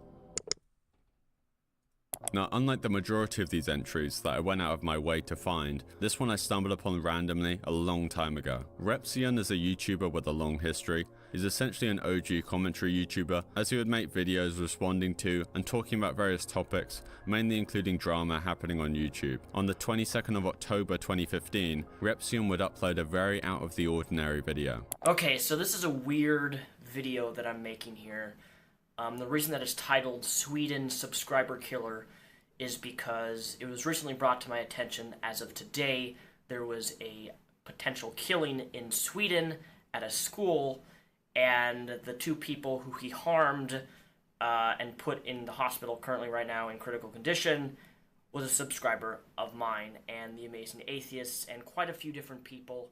I'm going to link his channel. What Repsion just said is only half true. Hip Hop Destroyer 666 was the channel of Anton London Peterson, and he was indeed a subscriber of Repsion and The Amazing Atheists, among others. Anton Peterson was born and raised in Trollhättan in Sweden, and he grew up in a fairly normal and stable environment. His former classmates described him as someone who lived in his own world, as Peterson was remembered for often dressing in black clothing and being lonely. Now, it isn't exactly clear when it all started, but Anton harbored strong anti-immigration sentiments as he felt he was being marginalized in his own country. This outlook of his was reinforced by his failure to secure stable employment after school, a situation he blamed on immigrant. Really quick, by the way, this last one was an older guy who was in some type of dating class, and he uploaded a video talking about his positive qualities because it was part of their dating class. He eventually couldn't get a girlfriend, and he decided to shoot up like a yoga studio in a public gym. But we've already seen this because it was in a most disturbing YouTube channels uploaded by Nick Crowley, I believe. That's why I skipped it. Taking jobs that he felt were meant for native Swedes. His frustration only grew further as he struggled with unemployment, finding only sporadic work, and feeling increasingly alienated and resentful towards the changing demographics of his town, which has seen a significant influx of migrants from Africa and the Middle East. I guess the final straw for Peterson came when he was finally offered a job as an apprentice at a local machinery company, only to be dismissed a few months later. This dismissal only boosted his feelings of injustice and displacement, as he thought society was beginning to favor immigrants over native Swedes. As Peterson's worldview hardened, he increasingly visited forums and social media pages that echoed his anti-immigration sentiments. As he personally already disliked immigrants, these forums and Facebook groups he was a part of only amplified his views. Anton Peterson not only found validation for his feelings, but also a community that shared his views. On the 22nd of October 2015, which was the same day that Repstian uploaded this video, Peterson entered Cronin School, which was a high school that he purposely chose because it was in an area in which it had a relatively high immigrant population. He came in wearing a costume sort of reminiscent of Darth Vader, complete with a black cape. Fucking, well, I was gonna say the like Columbine trench coat kind of too. Paintball mask, a sword, and a German-style combat helmet, which initially led some to believe his appearance was some sort of early Halloween costume. Moving into the school, equipped with his sword, he encountered and confronted 20-year-old teaching assistant Lavin Eskandar, who Peterson immediately attacked and killed. Moving deeper, Peterson then attacked a 15-year-old Ahmed Hassan, a Somali student, who succumbed to his injuries later in hospital. During his rampage, he encountered 2 more students, though Peterson didn't attack them. The students looking at him thought his costume was cool and took a photo with him. And just to further illustrate how insane it was, Anton's sword was still dripping as he posed for the photo. In the investigation that followed, the police speculated that Anton only spared them because they were women. Moving past the 2 students, Peterson finally encountered 42-year-old Nazir Amzo and attacked him. Nazir also succumbed to his injuries later in the hospital. By then, the police had arrived at the school, and with sword in hand, Peterson then charged at the police, where he was killed. Anton Peterson had no prior criminal history, and in the Oh, well, you're coming back on arguably a darker thing than we were watching before, but yeah. This is a guy who went into a Swedish school and was killing people with a fucking sword. Aftermath, the police believed that his actions were motivated based on his racist beliefs, as he targeted individuals based on their skin color, as shown by the CCTV footage of Anton wandering around the school. Anton seemed to also spare extremely young children and women, regardless of their ethnicity. Anton Peterson's attack was the deadliest on a school in Swedish history. And that was the end of our very morbid video. Thank you for watching.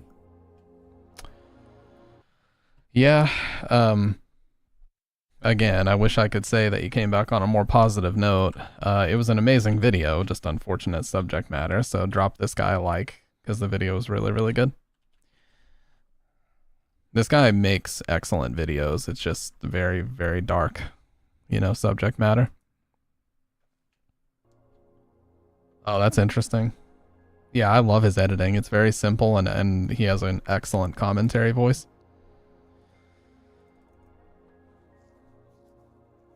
But yeah. I don't know, man. I think it's, you know, there's actually, if I remember right, there's still a pretty large lawsuit with YouTube right now called Gonzalez versus Google. Let me see if that's still ongoing.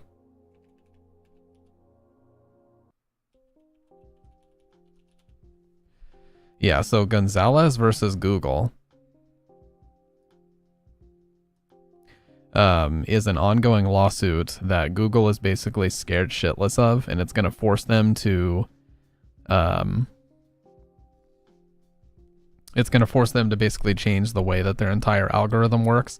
Now, what this person alleges is that his son was radicalized by YouTube recommendations. So basically, YouTube recommended his son terrorist group recruitment videos, shall we say. There was a specific one listed, but I can't say the name.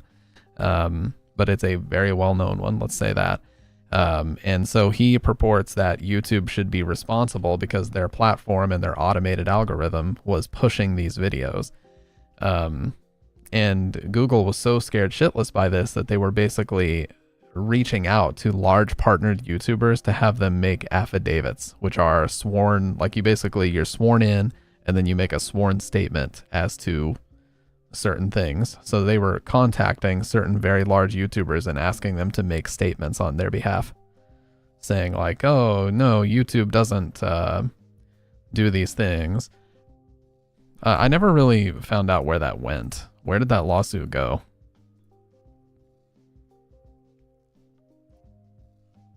I don't know. I'd have to do some research because it looks like there's a lot of Gonzalez versus Google cases. There might be several different ones, but yes, as in the YouTube algorithm goes completely unchecked, it will push conspiracy videos, it will push misinformation, it will push radicalization, recruitment videos, even potentially. That's what the plaintiff is positing in this lawsuit. And if they are found to be at fault, then basically Instagram, Facebook, TikTok, any of these short video algorithm based websites are going to be forced to change the way that they operate because they can't allow things to just be completely automated anymore. So if it is found that Google is at fault for this, then they're really in the shit because they're going to have to change the way YouTube works big time. They can't just let it be this fucking completely unchecked system where videos are just pushed based on what you clicked on, regardless of the subject matter. Like, they're going to be more held accountable for what that subject matter is. And so it won't be possible for it to be automated anymore. They'll have to be more involved. By the way, I love how, and not saying this is super common, but I love how people pretend as if YouTube is so good at making decisions, So here's the thing. There was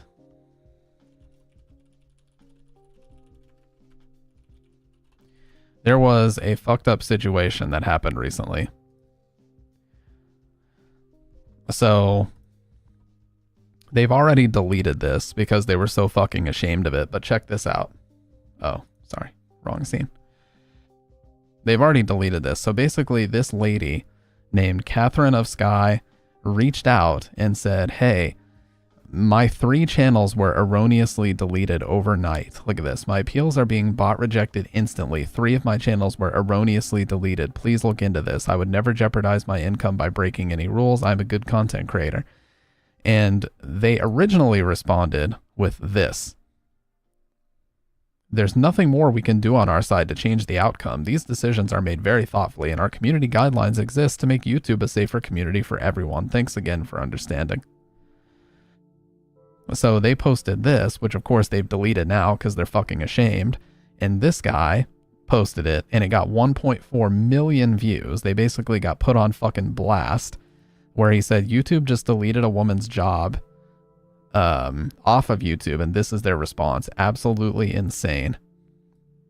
Then when they got caught with their fucking pants down to 1.4 million people, then all of a sudden they responded and said, jumping in, thanks for flagging. We're in touch with the creator about this and shared an update here. Coming back with updates that we made on your channels, confirming this was a mistake on our side and all your channels have been reinstated. So sorry this happened. LOLs.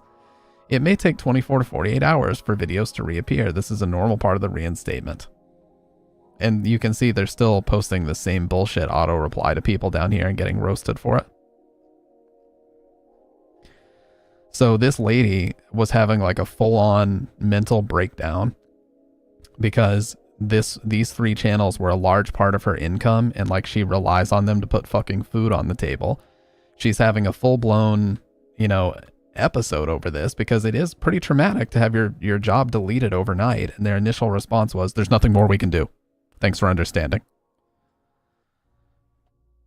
And then it took some other person, some fucking good Samaritan, to essentially pull YouTube's pants down and make them look fucking stupid for them to get called out. And then once they got called out, they backtracked on it quick and fixed what was obviously a mistake. Like, how do you just erroneously delete 3 channels instantly and auto reject any appeals that the person makes? How fucked up of a platform do you have to be to do that?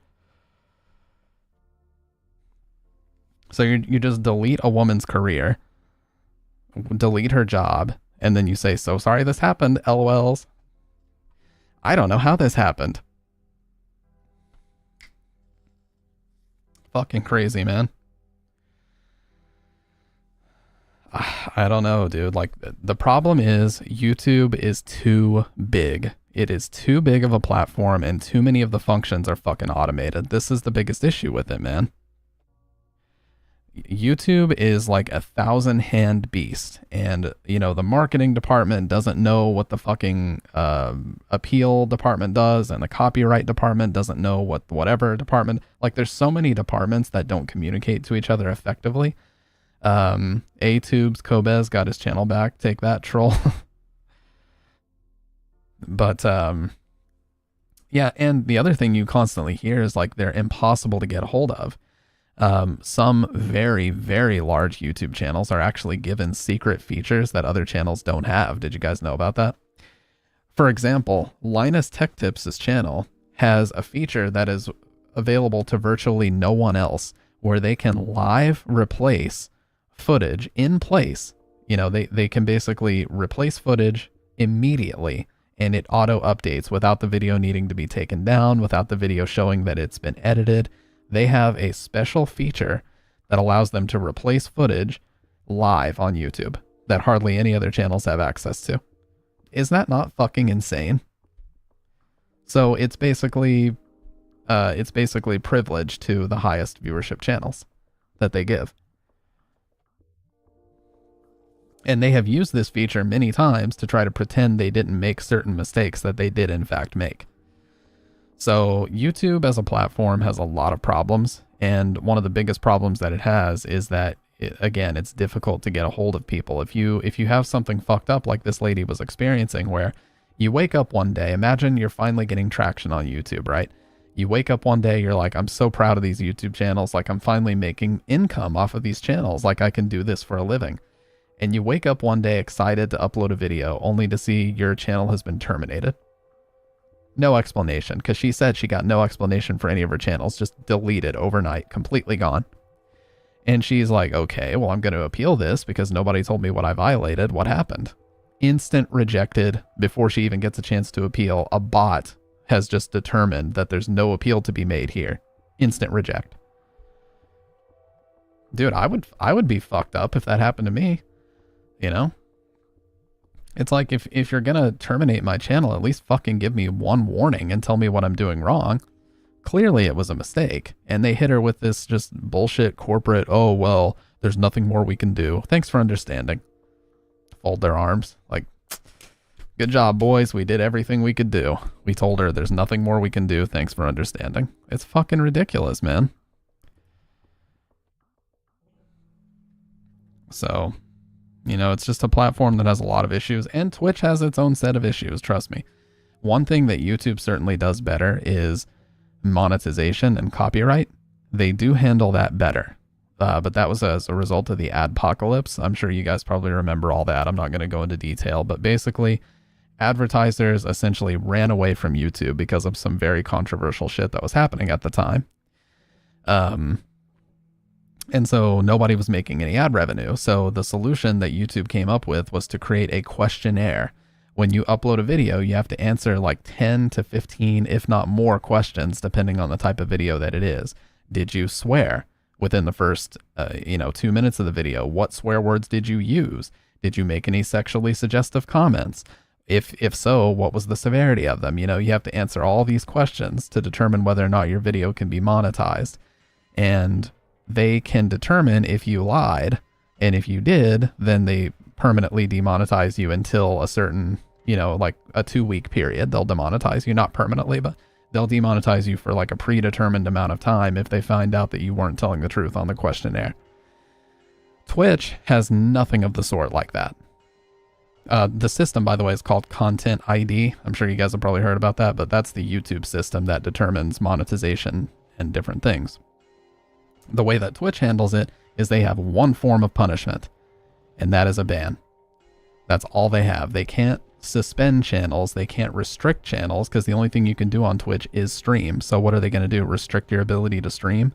That's the only thing you can do on Twitch, so they might as well ban you. So the only option Twitch has to punish this is to ban, is to just completely shut off the lights on your stream and just ban you, you know, for a couple days, couple weeks, 30 days, whatever it happens to be, depending on the severity of it. That's all they have. So Twitch absolutely needs, they don't need a questionnaire like content ID system, but they need something more in depth to determine what you violated. And the number one thing that Twitch needs is a warning system where they can say, hey, we detected this. You need to either unpublish the video or edit that portion of the video out, and then the video can remain up instead of just, oh, this happened, ban. That's what they do now. At least with YouTube, even though the automated systems make lots of mistakes, at least if you get enough attention, you can pull YouTube's hypothetical pants down and embarrass them in front of the entire, you know, platform it was posted on to force their hand to actually fix something. With Twitch, they never change their decisions on shit. You will never be able to convince them. Like, once they've made a decision, man, they fucking stuck to it, and it is what it is. Even if they're found to be completely in the wrong or like they were completely misinterpreting something, they are very difficult to get them to change their minds on anything.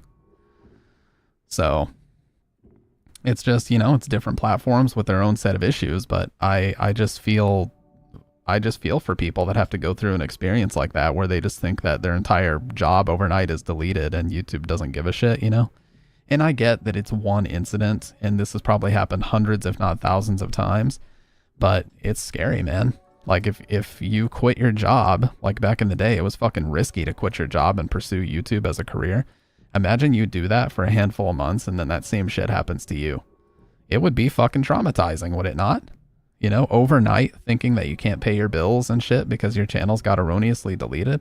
And then, of course, once you get them reestablished, then you still have to go through the process of getting monetization set up again. Confirming that you even can monetize, making sure your information is not fucked up, you know what I mean? So, yeah, it's crazy.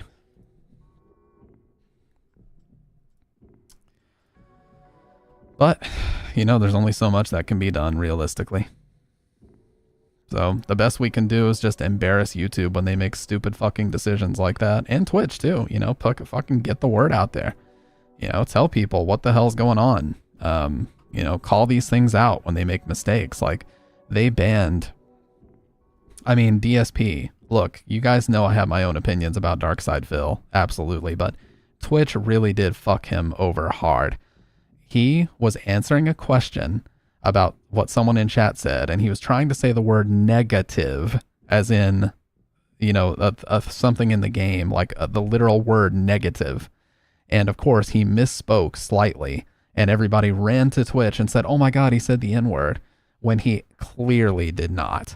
And they banned him for like over 24 hours because of that. That's the type of dumb fuck decisions that Twitch makes. You're telling me that nobody had like 20 seconds to review the clip and see that clearly that's not what he was saying? It was like the most obvious misspeak ever. So it's like, even though I'm not the biggest fan of DSP, they do make some dumb fuck decisions, and that was certainly one of them. I'll definitely back him up in that instance, because that was some dumb shit.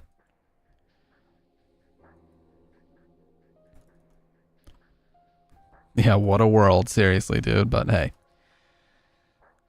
How harsh that was, but then again, it's DSP we're talking. Yeah, and I think that that was part of the reason why they got rid of DSP. Like, they dropped him from the partnership program was because he just kept getting him, like, he essentially kept shooting himself in the foot by saying and doing some very aggressive and insulting shit. Like, one of the things that he kept doing was calling his detractors mentally stunted idiots, which he still does to this day, by the way.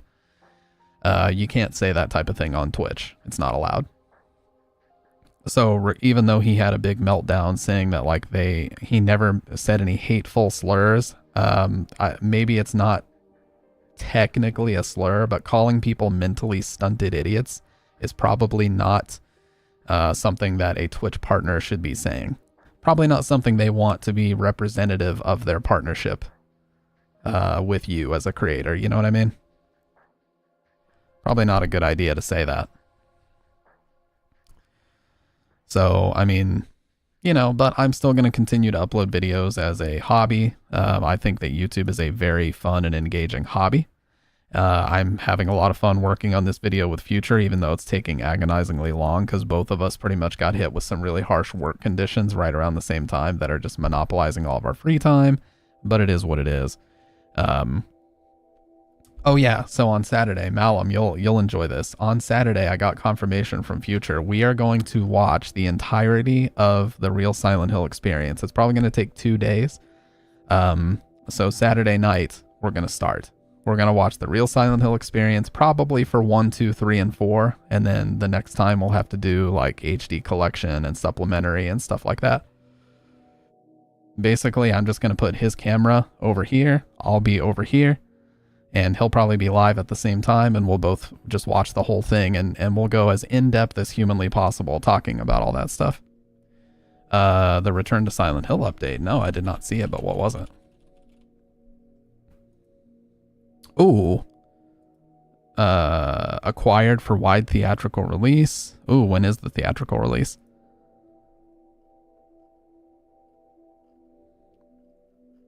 Dude, what is this fucking article? Just tell me. I'm having to scroll all the way to the bottom to see this. Oh, it doesn't say the day.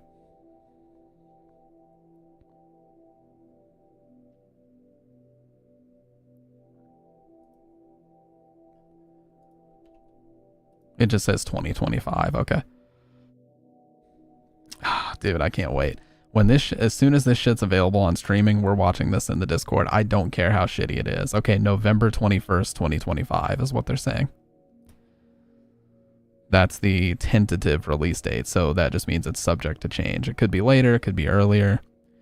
I like how someone is cast as the Red Pyramid. Robert Strange as the Red Pyramid.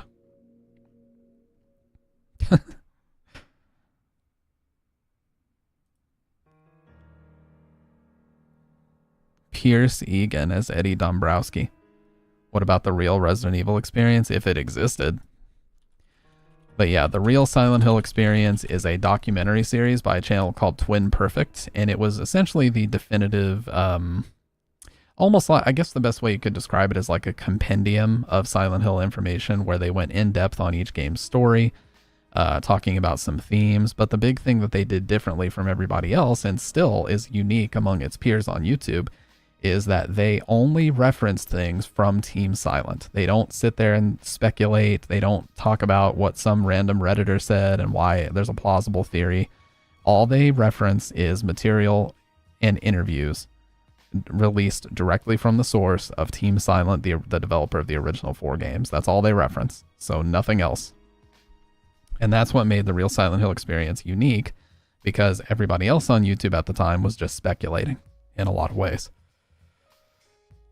So, Future and I, as borderline lifelong Silent Hill obsessives, will be watching this live, and I think it'll be really fun.